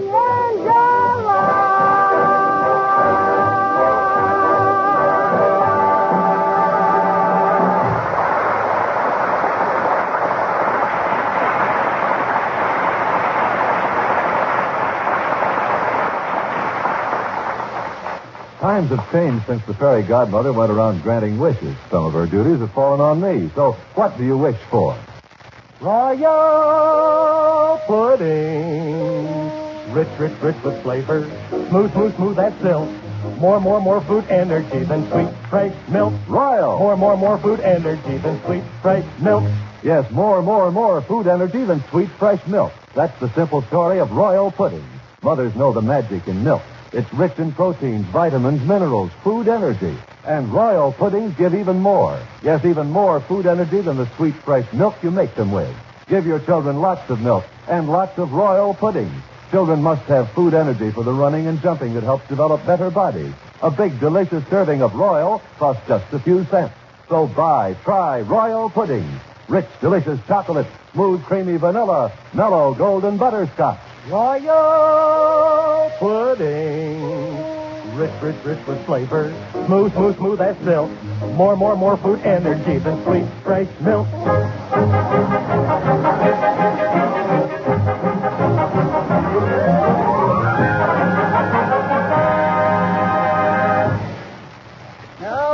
No, I've changed my mind. No, my tooth doesn't hurt anymore. Now, Charlie. No, Bergen. Now, you stay right in the chair and let the dentist examine you. Don't worry, young man. I'll spare no pain. Yeah, that's what I'm afraid of, yeah. Now, nurse, will you prepare the anesthetic? Yes, Doctor. No, please. No, I'm too young to die. Oh. You're not going to die. Of course not. Your chances are 1,000 to 1. Yeah. Which end of those odds am I on? Now, open your mouth. Hey, Doc, well, why do you put that little mirror in my mouth? When you breathe on it, I can tell you're still alive. What? Oh, no. Start the gas, nurse. Oh, no, nurse. Could I have a little kiss just to give me courage? I'm sorry. We don't give stimulants before an operation. But in this case, I might make an exception. Here. Nurse, now will you hold my hand so I can relax? I'll hold both your hands, then I can relax. Yeah.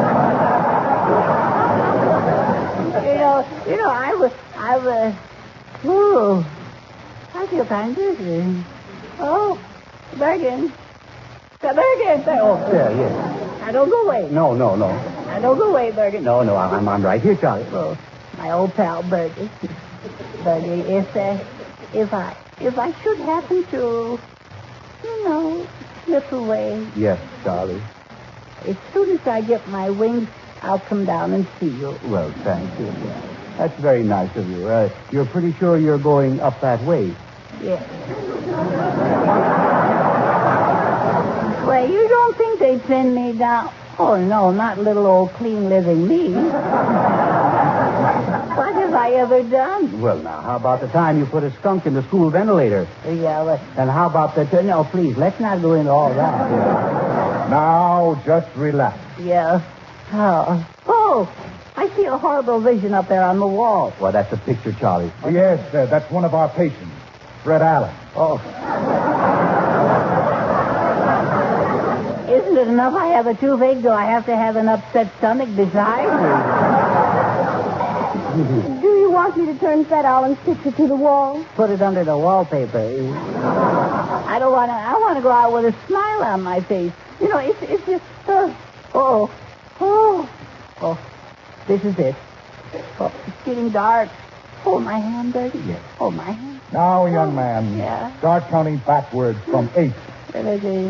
8, 7, 6, 5. Madison Park.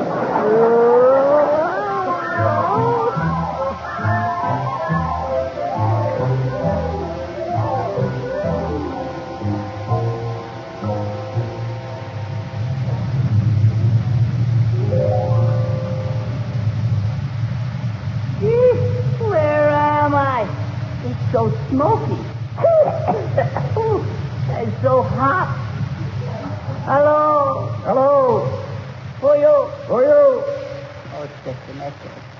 My name's Charlie. My name's Joe. That's all. Well, where in heck am I? You're in heck. Well, what's happened? I don't understand. Where do I go from here? You better go and register. And take off that coat. You won't be needing it. No, sir. Register where? Just follow that red line into that cave. Yes, sir. I can't still believe it. It's little old me. No. I must have gotten on the wrong subway. Greetings and conflagration. How do you do? Is this the induction center? Yes. See, aren't you Fred Allen? Yes? Oh, this really is heck.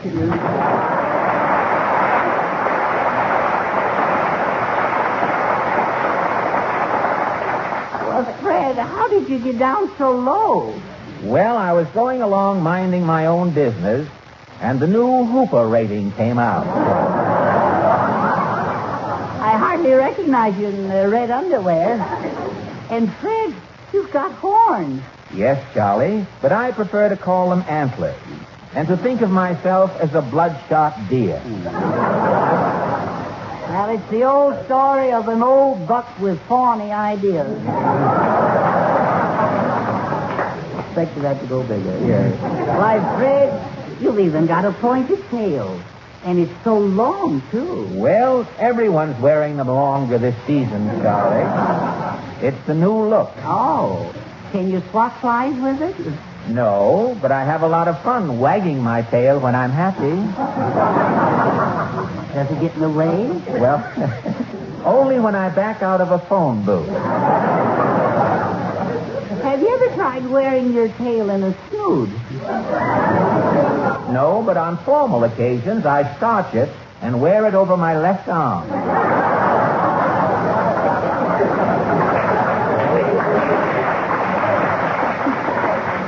Why don't you wrap it around you like the man on the telephone book? Tell me, Fred, are you the head... Well, I don't know. Shall we go ahead? I would proceed with caution in view of the lines coming up. Yes. What is the usual waiting time back east here? Tell me, Fred. Well, it's a 3 hours difference in California, right? 11:30 tonight. The last will be rolling in. I'll stay up for the returns. Are you head man down here? No, Charlie. I'm just a vice president.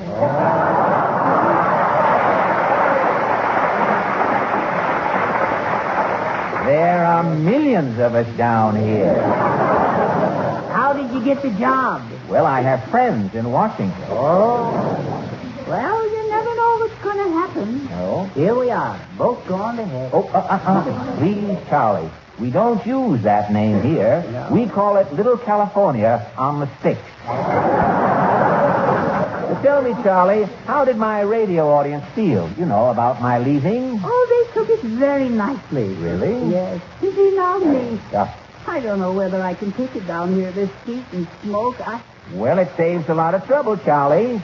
From now on, nobody can tell you where to go. You're already here. Well, what'll happen to me? Can you do a pal a favor? Oh, I can't make any decisions, Charlie. You see, I'm just chairman of the investigating committee. I can't do anything definite, You'll have to speak to my assistant. He's stepping out of the fire now. Brown,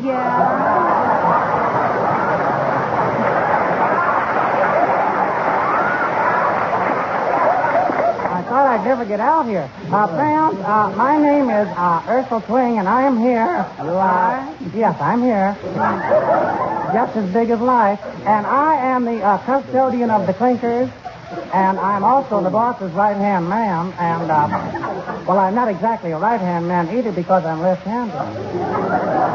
Well, tell me what's cooking. Well, down here we say, who's cooking? Mr. Twing, this is one of our latest arrivals. Oh? Will you kindly get the junior pressure cooker ready? Oh, goody, brimstone. And friends, I'm also in charge of all the records. Well, soon you'll be out of the job. Have you heard about the pillow? Oh. Mr. Twing has compiled some very interesting statistics, Charlie. He can tell you how much chance a snowball has here. Yeah? Not as much as I have, I suppose. That's right. I am also in charge of reservations for the incoming gale. Yeah? Oh. Hey, what's the dope on Bergen? When's he coming down? Bergen? Yeah. Well, now let's see. Get my little book here. Is it A.B. Bergen? No. It's Edgar Bergen. Oh, Edgar. Well, he's not coming down, it says here, because he's been very kind and generous. Generous? You better have your audits redone there. You've been in the heat too long. Yes, I know, but confidentially for you new guests, I have cold drinks such as lemonade, orangeade, and Adelaide. Adelaide? Yes, Adelaide is a lady colleague of mine. Oh, she's so sweet and just, if you'll pardon the expression, heavenly. Well, the ice cold lemonade sounds good. Well, the only trouble is it's dehydrated. Well, then just let me lick on a piece of that ice, will you? All right, but it's dry ice. Dry ice? That's the heck of it. Oh. Well, I gotta go now. It's time for my etiquette classes. Oh, you teach too, huh? Do I teach? Yeah, I asked you. Do you want to know if I really teach? Not Well, for goodness sakes, my gosh, I'm the instructor of fire eating. Goodbye.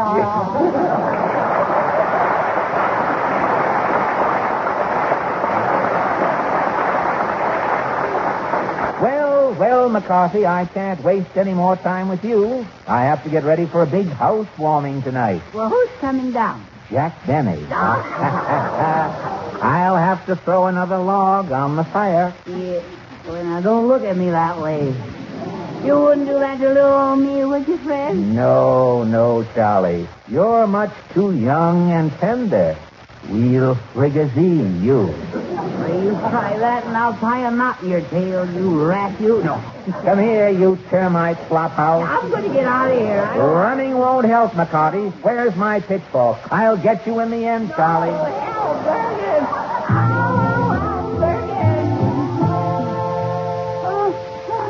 It's all over now. The tooth is out. too. Oh, baby, it was all a dream, wasn't it? Yes, Charlie. And look who dropped in to see you. Well, if it isn't Charlie, my dear little bosom friend, Charlie. Must you keep hounding me? Doc, give me another whiff of that gasoline.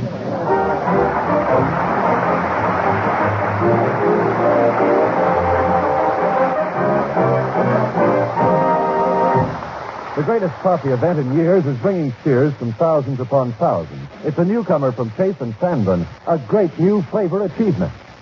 This week, without fail, get the new Chase and Sanborn, which we are sure you'll agree is the richest, most flavorful coffee that money can buy. Make no mistake, the new blend is a sensation, the most satisfying coffee you ever tasted. More delicious because you get more shade-grown flavor, vacuum-packed at the top of its form. Don't delay. Don't miss out. No later than tomorrow, get the new improved Chase and Sanborn. You'll revel in its wealth of shade-grown goodness, the extra flavor of finer coffees, slow-grown in tropical shade. What's more, you get that flavor at its best and freshest in the new Chase and Sanborn. Every pound is vacuum-packed at its flavor peak, fresh from roasting. No other container in the world can give you such delicious flavor in such lavish abundance. Take advantage of that. Try Chase and Sanborn today. We're sure you'll agree that this is the richest, most delicious, most satisfying coffee that money can buy. Ask your grocer for Chase and Sanborn coffee now. Be sure and listen in next Sunday to Edgar Bergen, Charlie McCarthy, Mortimer Snerd, Ray Noble, Anita Gordon, Pat Patrick, and their special guests, Maurice Evans and Lulu McConnell. Nelson Case speaking to you from Radio City, New York. This is NBC, the National Broadcasting Company. 78 years ago, November 2nd, 1947, the Charlie McCarthy Show on Classic Radio Theater with Wyatt Cox. Visit our webpage at classicradio.stream. You can support the podcast there. You can also click through and learn more about Professor B's digestive aid and use my promo code Wyatt. That supports the show when you do that. And you can also get yourself the best price on it. Check it all out. Up next, we'll go back to 1949 for a half-hour episode of Lum and Abner from Pine Ridge.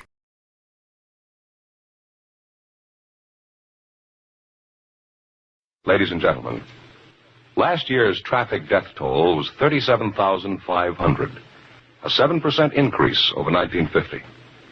The National Safety Council believes that the best way to promote safety on the road is for each of us to know and obey traffic laws, to read and heed traffic signs.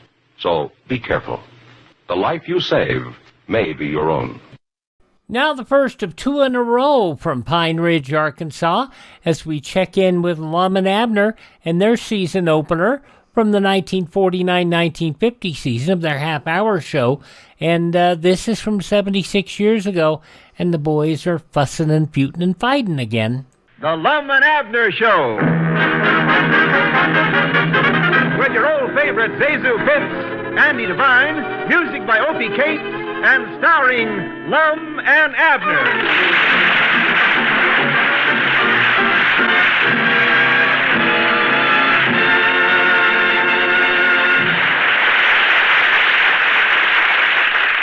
Well, I, Granny's Abner put her there. You old rascal. I ain't seen you all summer. Well. You're sure a sight for sore eyes. How have you been? Well. You're sure looking good. What'd you do on your vacation? Well, Granny's, I'll bet you enjoyed it, too. How's your woman, Elizabeth? Well, she... Abner, old pal, you don't know what it does to me just to hear your voice. Well, give me a chance to use it. Doggies, I ain't sure I got one yet. Yeah, let me look at you, Abner. Yeah, stand back there on the porch. Yeah, back a little farther. Hi, Granny, you sure look good. Back a little farther.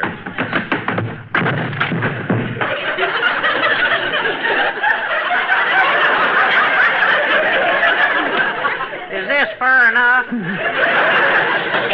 Still showing off, ain't you, Abner? Well, get up and let me shake your hand. Yeah. Yeah, howdy do. Oh, I tell you, Abner, I sure missed you this summer. Missed the store, too. Missed opening up in the morning. Missed sweeping out. Missed putting up delivers. You missed all that when you was here. Well, come on, let's get the store opened up again. Yeah, let's get it open up. Yeah, it's the time. Give me the key. Huh? The key. Oh, the key. Yeah. Oh. Granny, you had me scared there for a minute. I thought you didn't have it. I don't. Well, where is it? I left it under the mat. Abner, you idiot. Do you mean to tell me you left the store all summer with the door key under the mat? Anybody could have found it and walked right in. Now, wait just a minute. I ain't such an idiot. I left it under the mat on the inside of the store. Oh? Well, I was going to say, inside the store? Yeah. Well, for goodness sakes, how are we going to get in? Now, don't go flying off the handlebars. I thought of that, too. Well, good. Yeah. I just left the door open.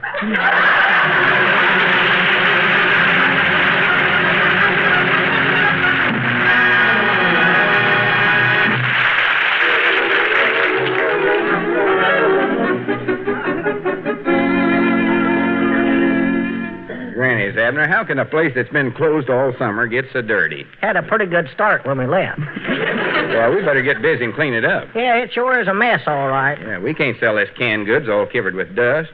We might have a special sale on it and get rid of it. Who'd want to buy dust? Nobody. What do you want to have a sale on it for, then? I don't want to have a sale on it. Good. Glad you changed your mind. Here, we got a lot of work to do. Look at that calendar. It's still got July on it. Tear it off. It's been here ever since we closed up the store. Yeah, all right. Sure hate to do it. Looky there. It's a picture of that Indian sitting on his horse. Abner, hurry up. All right. Huh. For August, they got the Indian getting off of the horse. Will you please get to November? Yeah. Well, look at November. What's the matter with it? The horse is sitting on the Indian. Turn it over, silly. You got it upside down. Oh, what's the matter with me there? November 1949, Indian on top. 1949. You know something, Abner? Me and you've known each other for a long time. Yeah. I know it seems like a long time. Yeah, there's nothing like true friendship. No. Especially if it's with somebody you like. Seeing a feller day after day. Yeah, that's the worst part. Working side by side in complete accord. Yeah, just like a team of mules. Never an argument. Never even a disagreement. No, sir. Just think of that, Abner. Never an argument or even a disagreement for 40 years. Oh, Lum, it's been at least 45. No, Abner, 40. It's 45. 40. 45. 40. Wait a minute. What difference does it make? The important thing is that me and you've been friends a long time. Yeah. And if you say 45 one more time, I'm going to whop you right on top of the head. All right. Oh, pal. And don't be sarcastic. Get busy. We got to get this place cleaned up. 45, 45, 45. What'd you say? Oh, nothing. Just saying, it's good to be back working together again. Oh, yeah. Just like we always did. Well, get the broom and sweep out. That's right, just like we always did. I don't know whether you noticed it or not, but one of us mules does all the sweeping. Both of us mules can't... Dadgummit, stop calling me a mule. I never called you a mule. You was the one that... Wait a minute, Abner. Let's don't get into no argument. Recollect, we've been friends for 40 years. 45. I said 40. And I said 45. I know you did, and you recollect what I said I was going to do to you if you said it one more time. I don't care 40 or 45, either one. It's away yonder too many as far as I'm concerned. And me, too. I'm just as ashamed of it as you are. You are not. I am, too, and I don't need no little smart aleck like you to tell me how long we've been such good friends. Wait. Simmer down. Here comes a customer. We can fight out our friendship some other time. It's Opie Kate. Yeah, we ain't saw him since last June. If me and you hadn't been friends for so long, I'd say it was last July. Yeah, Bounty, he'd be tickled to death to see us. He's so high-strung. You know how excited he gets. Yeah, well, howdy, Opie, old pal. Hello. See there, Lum, I told you he was high-strung. My Uncle Luke sent me over to get something. Well, forget it. Tell us about yourself, Opie. Oh, I better not. You know how mad Uncle Luke gets. Oh, all right. What did he want? I forget. It don't make no difference no way. Tell us what you've been doing all summer. Yeah, you still working over at Luke's lunchroom? Well, not regular, and I ain't going to neither till he takes back what he said. What'd he say? He said I was fired. Well, I don't blame you. What'd he get his back up about? Oh, he blames me 'cause he had to stop serving the blue plate special. Well, what's the matter? Couldn't you recollect what went on it? No, it wasn't exactly that. I broke it. I got even with him, though. The next day I went in and he sold me one of them businessmen's lunches. What's wrong with that?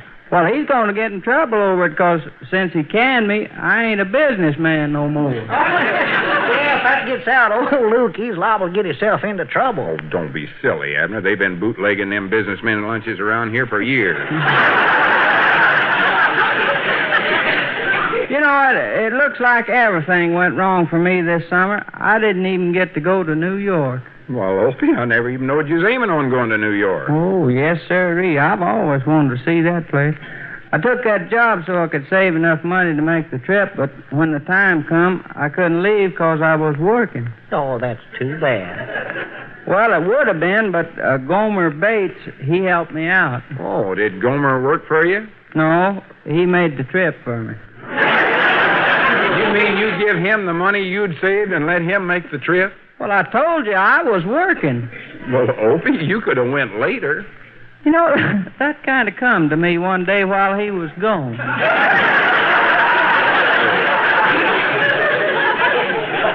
It took him 5 days and nights to get there, but it was worth it. He sure saw all the sights. Yeah, I hope he got to ride on the subway. He did, and he said after seeing that thing, he'd never set another gopher trap as long as he lived. Dog, is what I'd love to see is that Atlantic Ocean. Gomer, he saw it. He went out to see the Queen Mary. Said he stood around there all day long, but she never got off the boat. Did he see the Holland Tunnel? Lum, he told you just went as far as New York. Holland Tunnel is in New York. Doggy, somebody sure pulled a boner, didn't they? Then Gomer, he spent 5 more days and nights getting back home. Well, Opie, how did he like New York? Oh, he liked it all right. He says they got all the modern improvements there. Sunk a lot of money in it. But he don't think it'll ever be a success. It's just too far away.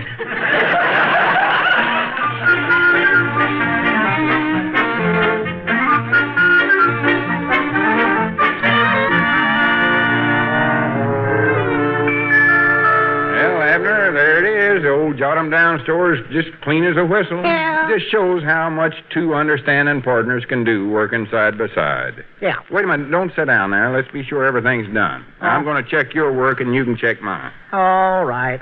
First, we'll check what I did. Well, that's over. Now let's check what I did. You can't do that now, because here comes a customer. Oh, him. Has that concerned nephew of mine, Opie, been in here? Every time Howdy, Luke. Howdy, Lum. Every time I send that scrabbing-legged nincompoop out for something, he always... Howdy, Luke. Howdy, Abner. Forget what he went after. Well, Luke, old boy, I'm sure glad to see you. Why? I don't owe you any money. My credit's good. What do you take me for, a deadbeat? Well, Luke, I just said I was... I've to get into where a man can't walk in this store without being accused of not paying his bills. I'd trade somewhere else if I didn't know everybody in town. Luke, just simmer down. Your eyes are bugged out like a tromped-on toad frog. That's fine. First you accuse me of not paying my bills, and then you insult me. Why, you Luke, calm yourself. Abner never meant to insult you, and we didn't accuse you of not paying your bills. We know you always pay us cash on the barrelhead. Barrelhead. That reminds me, I gotta find that nephew of mine. And when I do, I'm going to hit him on top of the head so hard he'll have to unbutton his shoes to see out. Little squirt like you couldn't reach that high. Well, I can use a bucket. You couldn't stand on a bucket and hit him. No, but I can ram it down over his head and hang on to the handle. Goodbye.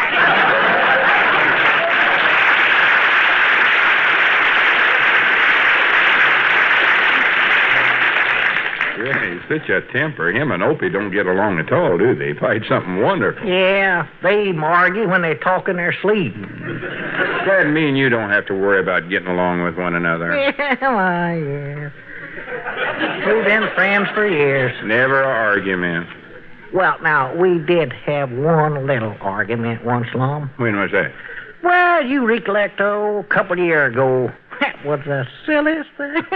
We even took a rope and divided the store in half. Oh. Sure, I recollect that. Yeah, running right down through the center of it. Yeah, that was a couple of years ago when we was young and foolish. Yeah. You sure put one over on me that time. What do you mean? Well, see, that time you give me the side of the store with all the bathing suits on it. What's the matter with that? We sell a lot of bathing suits. Not in December, we don't. We ain't going to argue about that now. We've been friends for too long. Too long?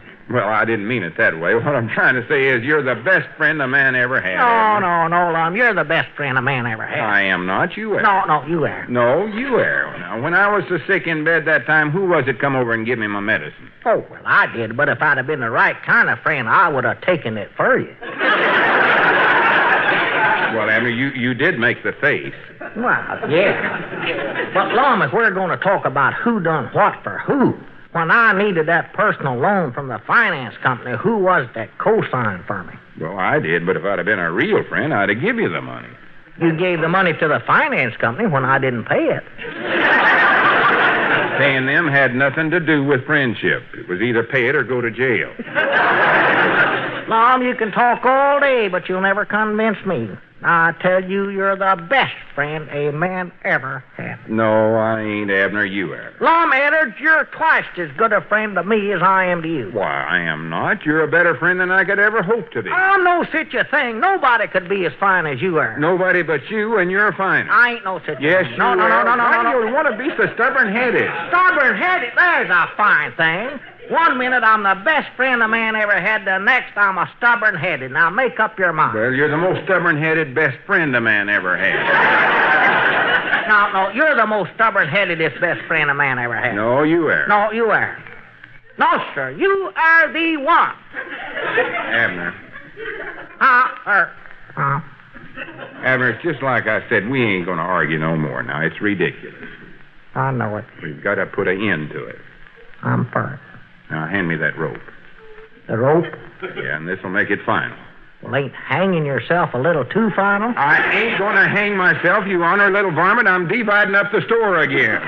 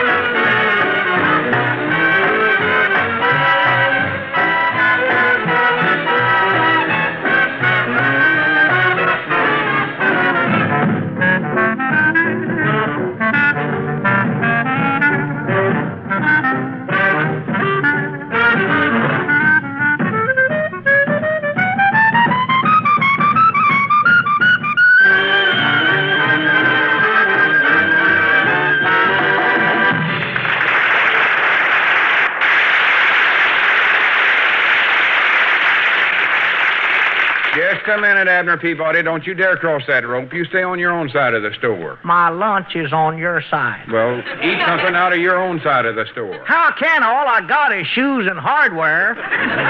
If you get hungry enough, eat one of them big donuts hanging on the wall. Them ain't donuts, they're horse collars. They're going to start looking like donuts to you by the time I get through with you. I'm going to run you right out of business. I'd just like to see you do it. Yeah, you'll see it. I'll cut prices. I'll cut them, too. I'll put on $1 day. I'll put on a $50 day. I'll have the biggest fire sale this town's ever saw. You can't. The matches are on my side of the store. You wait. I'll show you. I'll get every customer that comes in this store, and I'm starting right now. How do you do? I'm Miss Pitt. Right this way, Miss Pitts, for lower prices and a square deal. Yeah, you get a better deal over here. Trade with honest Abner, never undersold. Buy from Madman Eddards. My side of the store's out of the high rent district. Don't listen to him. Don't listen to him. Oh, dear. I wish somebody would listen to me. I'm from the County Home Economics Bureau.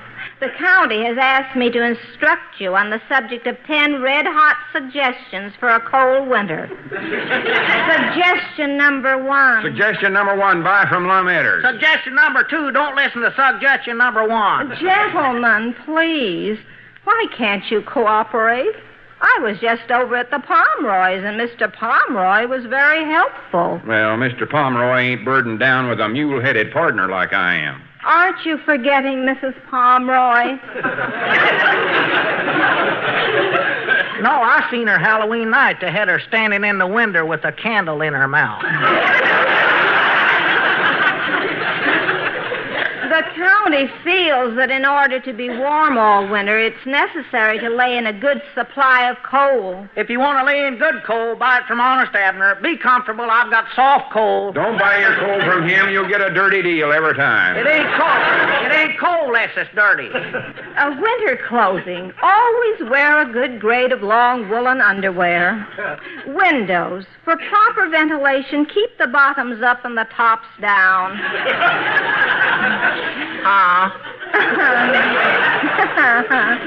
I'd like to point out that this has nothing to do with the long woolen underwear. Step right over here. Buy your underwear from Smiling Abner Peabody. Yeah, he smiles at you when you're buying, laughs at you when you leave. Gentlemen, please. A cure for frostbitten ears. Now, just a minute, Miss Pitt. Well, now, if you'll kindly get me a large tub of ice, I'll demonstrate the remedy. Well, what do you want with a tub of ice on a day like this? Well, I have to. Oh, dear me. That reminds me. I've got to get right over to the Pomeroys. I thought you'd done been over there. That's just it. I left Mr. Pomeroy with his head packed in ice. Why in the name of common sense would you do a thing like that? Well, you can't cure a man of frostbite until you get him frostbit.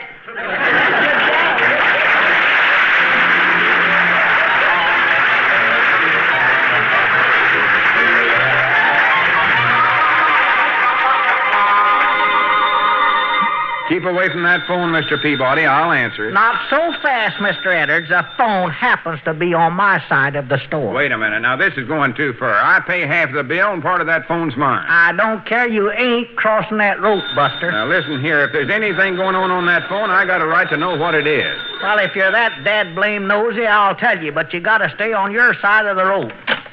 Hello. Jot 'em down, Store Abner. Peabody's half doing the talking.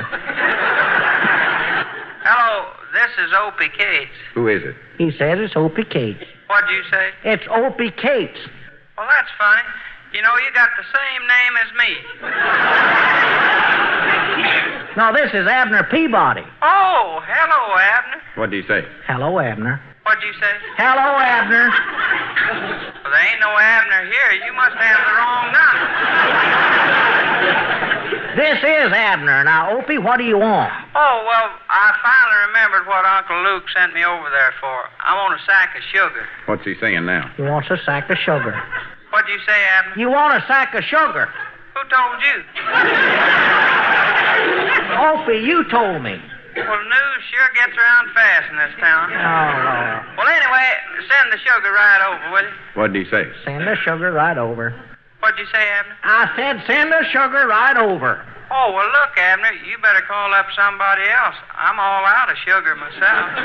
So long. So long.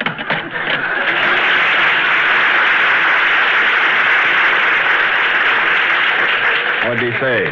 He said he was all out of sugar and you better call somebody else. Me? I never ordered sugar from him. If I wanted sugar, I'd call the wholesale house. Well, what are you leading him on for, then? Just like one of your underhanded tricks. Underhanded? You're the only underhanded varmint around here. Well, hey, that's a fine way to greet an old friend when he walks into your store. Oh, I didn't mean you, Andy. No, he meant me. I'm underhanded. Oh, so you got the rope up again, huh? Yep, right down the middle. Divided up the store. Gosh, fellas, I hate to see this.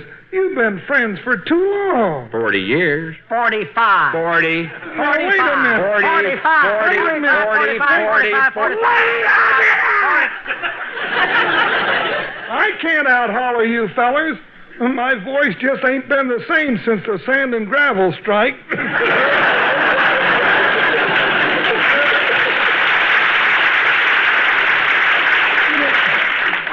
argument ain't gonna get you nowhere. Well, this argument ain't my fault, Andy. Abner started it. I never done no such a thing. He started I it. did not. He started it. He can't get along with nobody. He even fights with his woman, Elizabeth. I do not. I've got all the respect in the world for that sweet little woman.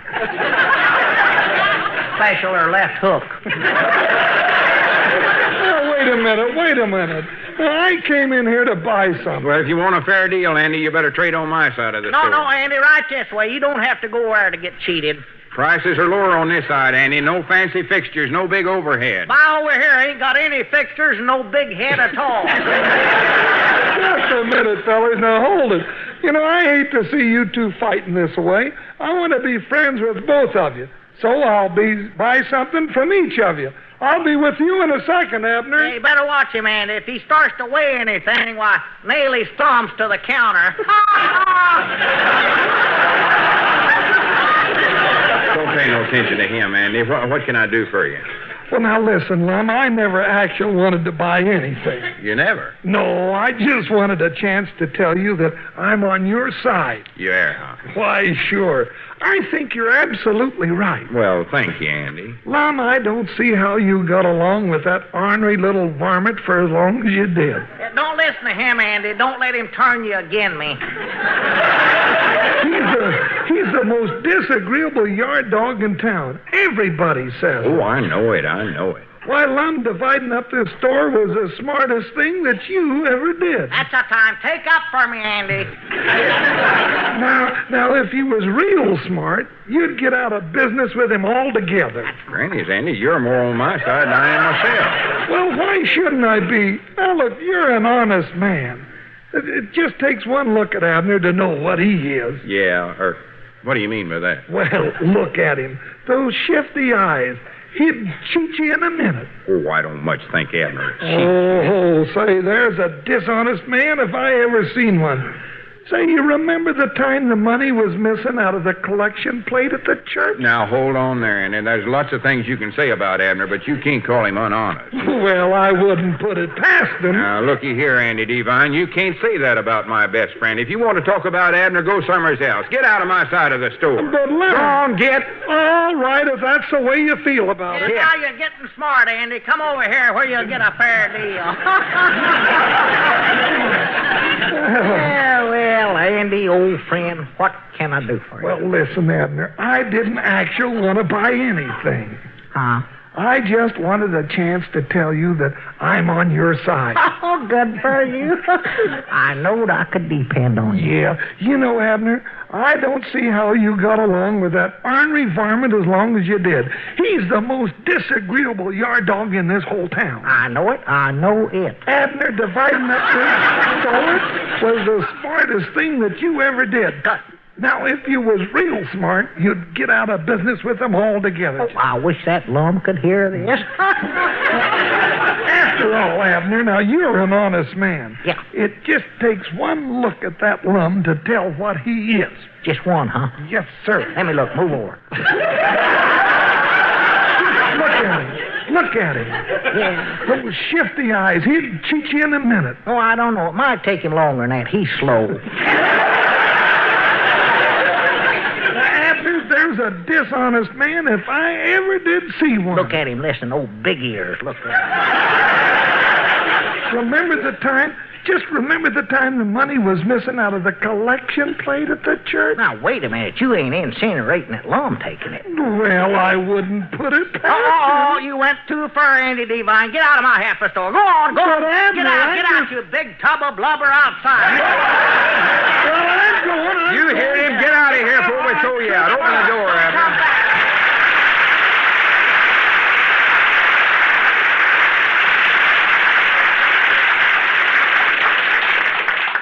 Dogies, let me shake your hand, Lum. That was mighty nice of you to take up from me. Oh, that's all right, old friend. You can always depend on me.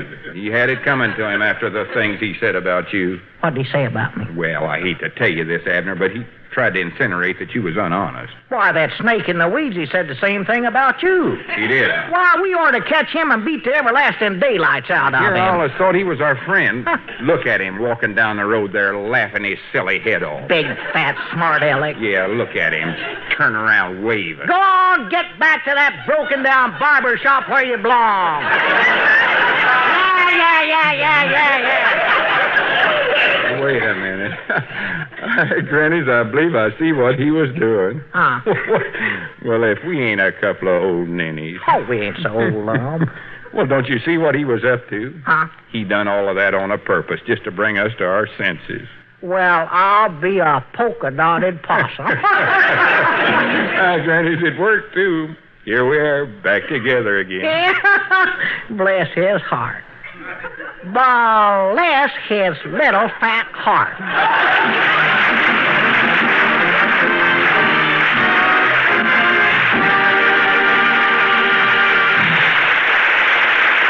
Lum and Abner will return in just a moment. Benny and Bergen and Skeltman, all the rest. You can't beat CBS on Sunday nights. And Mondays, there's Godfrey, My Friend Irma, Lux Radio Theater. Yes, sir, and yes, ma'am. This fall, you hear them all on CBS. And right in the middle of your week, Wednesday nights, it's no exception. Wednesdays, that's when Bingle the Crosby brings his incomparable fun and singing. When Groucho Marx brings you his hilarious quiz, You Bet Your Life. When George Burns and Gracie Allen bring you their great domestic comedy. And Lum and Abner bring you the zany happenings on the Jot 'em Down store. Yes, all come your way on most of these CBS stations. Sure enough, this fall you really hear 'em all on CBS. Tune in this fall for the show that you love best of all. Listen carefully, here's the address. It's CBS. Grannies, Abner, it's good to be friends again. Oh, yeah, that argument was just plumb silly. Of course it was. Yeah, go on, take the rope down. Well, Lum, you put it up, you take it down. Well, I did the work of putting it up. You take it down. You put it up, you take it down. No, sir, you... Granny, just leave it right where it is. Hey, right over this way. Trade with honest hands. Madman is reporting. Fine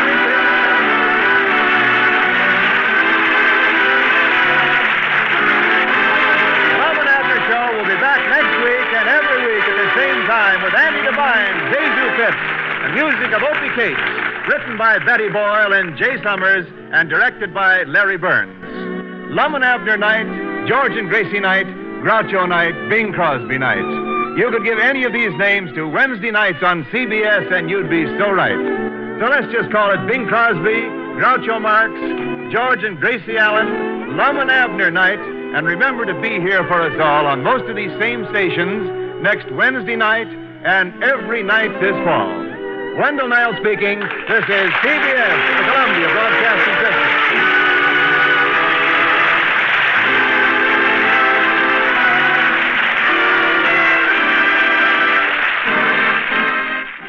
76 years ago, November 2nd, 1949, Lum and Abner here on Classic Radio Theater with Wyatt Cox.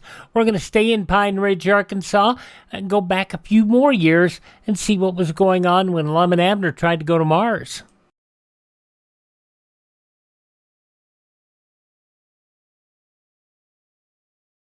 Driving tonight? Then remember this. Most highway deaths are caused by two temptations: to cut out of line and to go too fast. Crossing the center line of the road is more dangerous than you realize. Statistics prove it. Excessive speed is just as dangerous as officials say. You can predict your own impulses, but you can never predict the other drivers when driving tonight. Drive cautiously, please. Okay, let's wrap up this edition of the Sunday podcast with an episode of Lum and Abner from 83 years ago, November 2nd, 1942. The makers of Alka-Seltzer bring you Lum and Abner.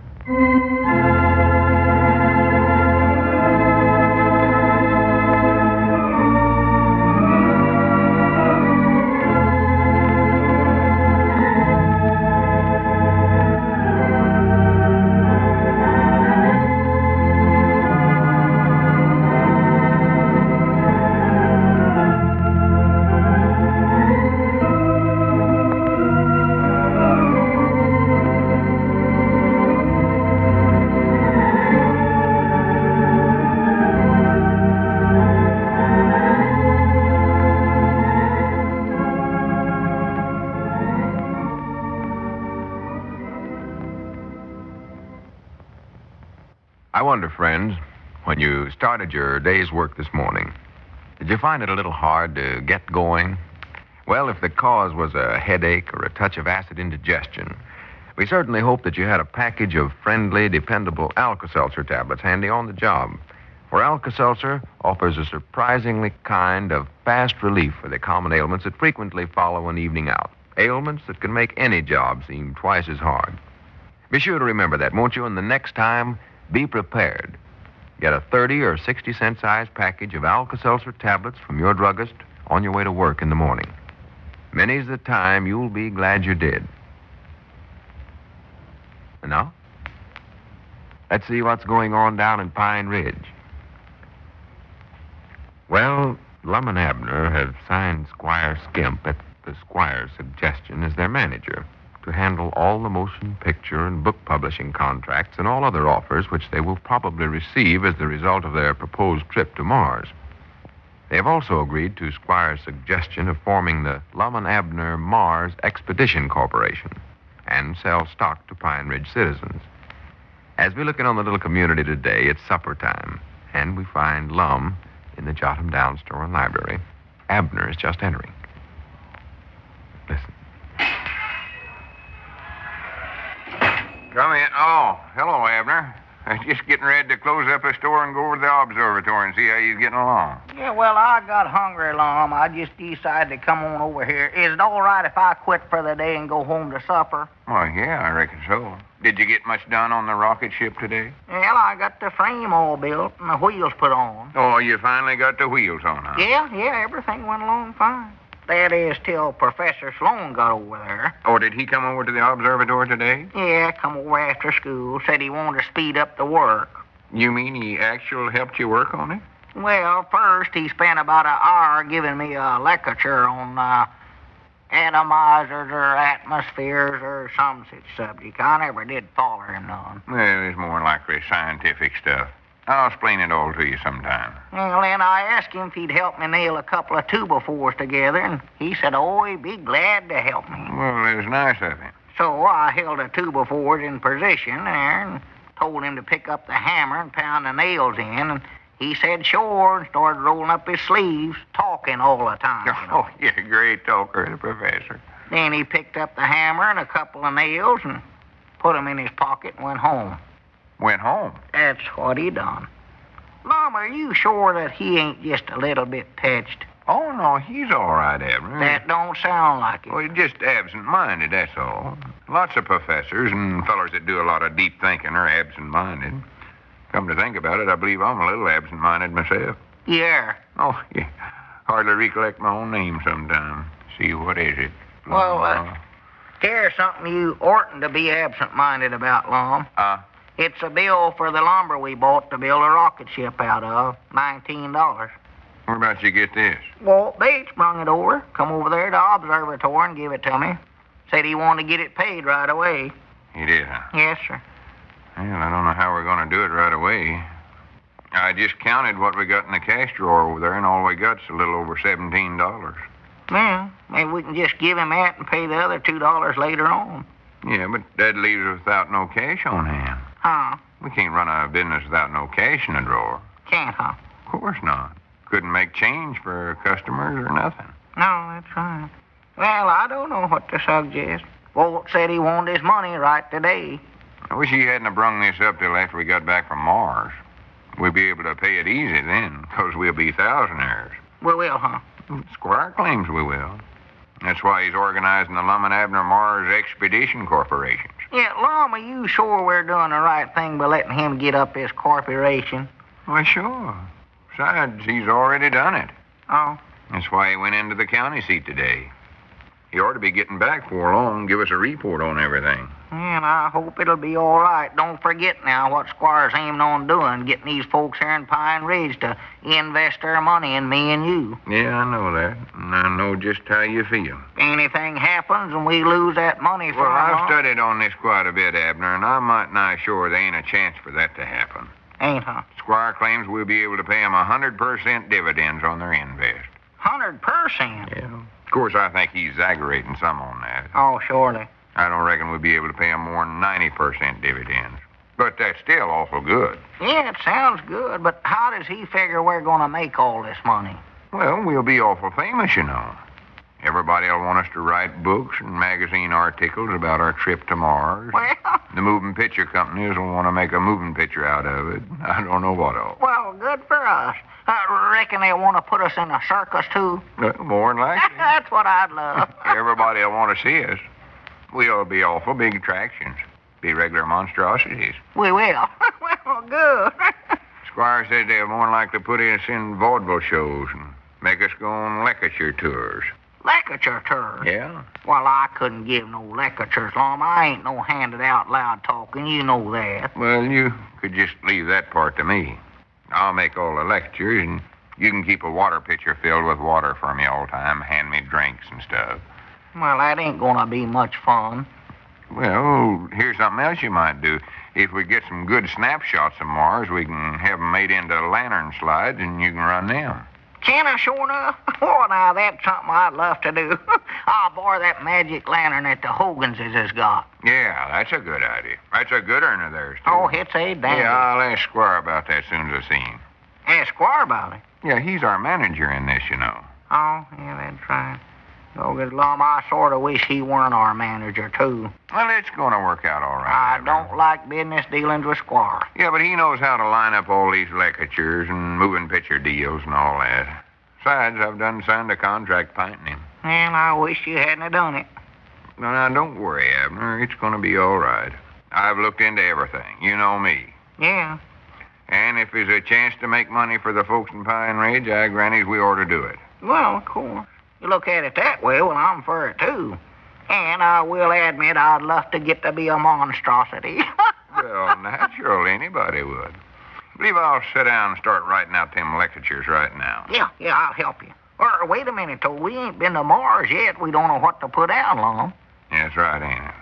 Well, I can put down that part about my early boyhood and becoming a self-made man, all that. Oh, me, Lum, you ain't gonna use that again, are you? You give that talk... Wait a minute, there comes Squire now. Oh, good. Well, gentlemen. Come on in, Squire. Just get back from the county seat? Yes, and I had good luck today, too. The Lum and Abner Mars Expedition Corporation is now in existence. Well, good. Good for you. Good for us, too. Yes, papers all filed and everything. And with my contacts and legal knowledge, I was able to put this thing through in record time. We're already in business then, huh? Oh, yes, indeed. And here's something I know that you're both anxious to see. I managed to get the stock printed up today, too. Here, take a look at this right there. Yeah, let's see then. See there? Lum Edwards, president. Abner Peabody, vice president. Yeah, looks good, Squire. Don't it, Abner? Yeah, it does. Sort of looks kind of like money, don't it? Yeah, sort of. Daisies and eagles and stuff. Well, you might say that it is money, Abner. In fact, better than money, because those shares there are going to be worth a lot more than their face value in a very short time. Face value? Yes, see, it says right there, Lum. Face value, $10. Well, I do know, $10. What's the rest of us valued at? Our hands and feet, for instance. I believe my hands ought to be worth more than my face. Don't mean that, Abner. I don't think, does it, Squire? Why, no, Abner. Face value merely means that that's the price an investor has to pay for one share of stock. Yeah. Now, here's something else that I had printed up, too, some letterheads, stationery. There's the name of our corporation right across the top there. See there? Oh, yeah. Looks good. Lum Edwards, president. Abner Peabody, vice president. Professor M.O. Sloan, Advisory Council, and M.K. Skimp, Treasurer. Treasurer? Yes.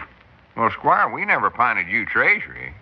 Or elected you or nothing. Well, Lum, that contract you signed gave me that office.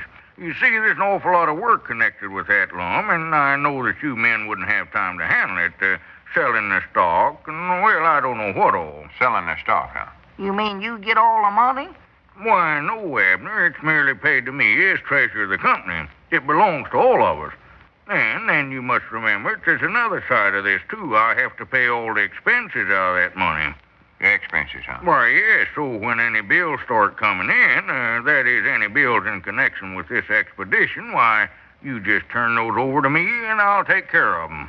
You will? Oh, yes, that's my Grannies, job. we can start to work then, Squire. Where's that bill, Abner? Oh, right here. Right there. Yeah, there, Squire. There's our what's that? first bill, $19. I didn't expect anything so soon. Just file that away for now, Lum. We'll take care of that later on. Well, this fella wants his money right now, though. He demands it. Oh, he does, huh? Well, let's see. I just happened to think of something else, Lum. I meant to bring this up.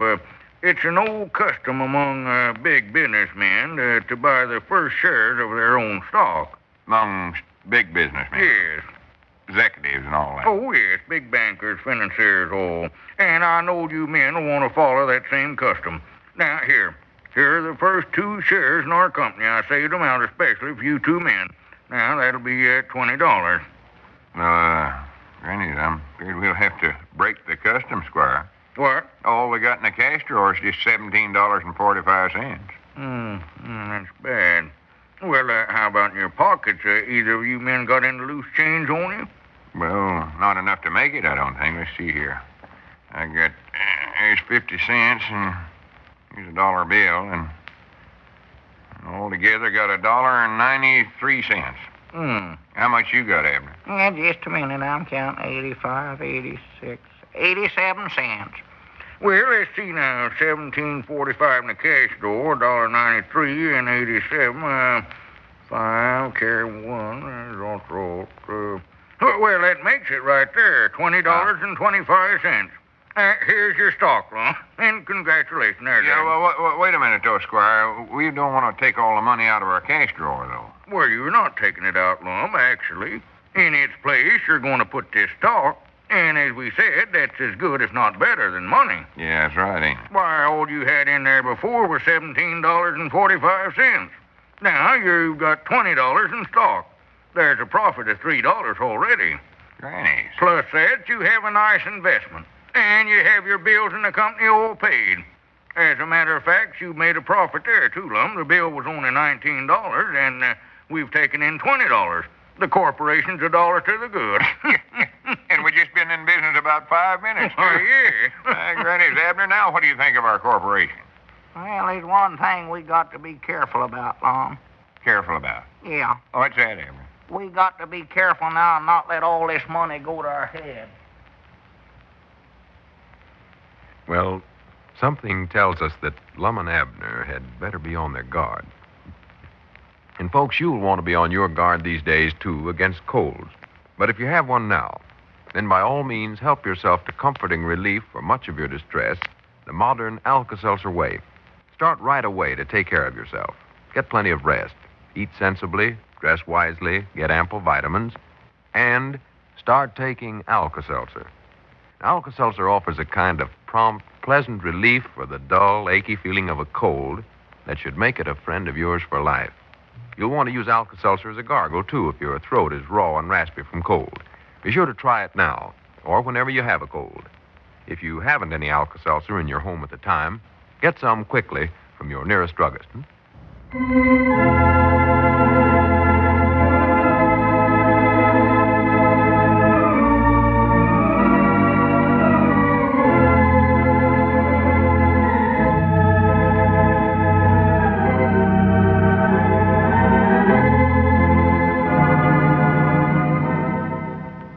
There goes Squire again. 83 years ago, November 2nd, 1942. Lum and Abner here on Classic Radio Theater with Wyatt Cox. Visit our webpage at classicradio.stream. We'll see you again tomorrow for more Classic Radio Theater. I'm Wyatt Cox.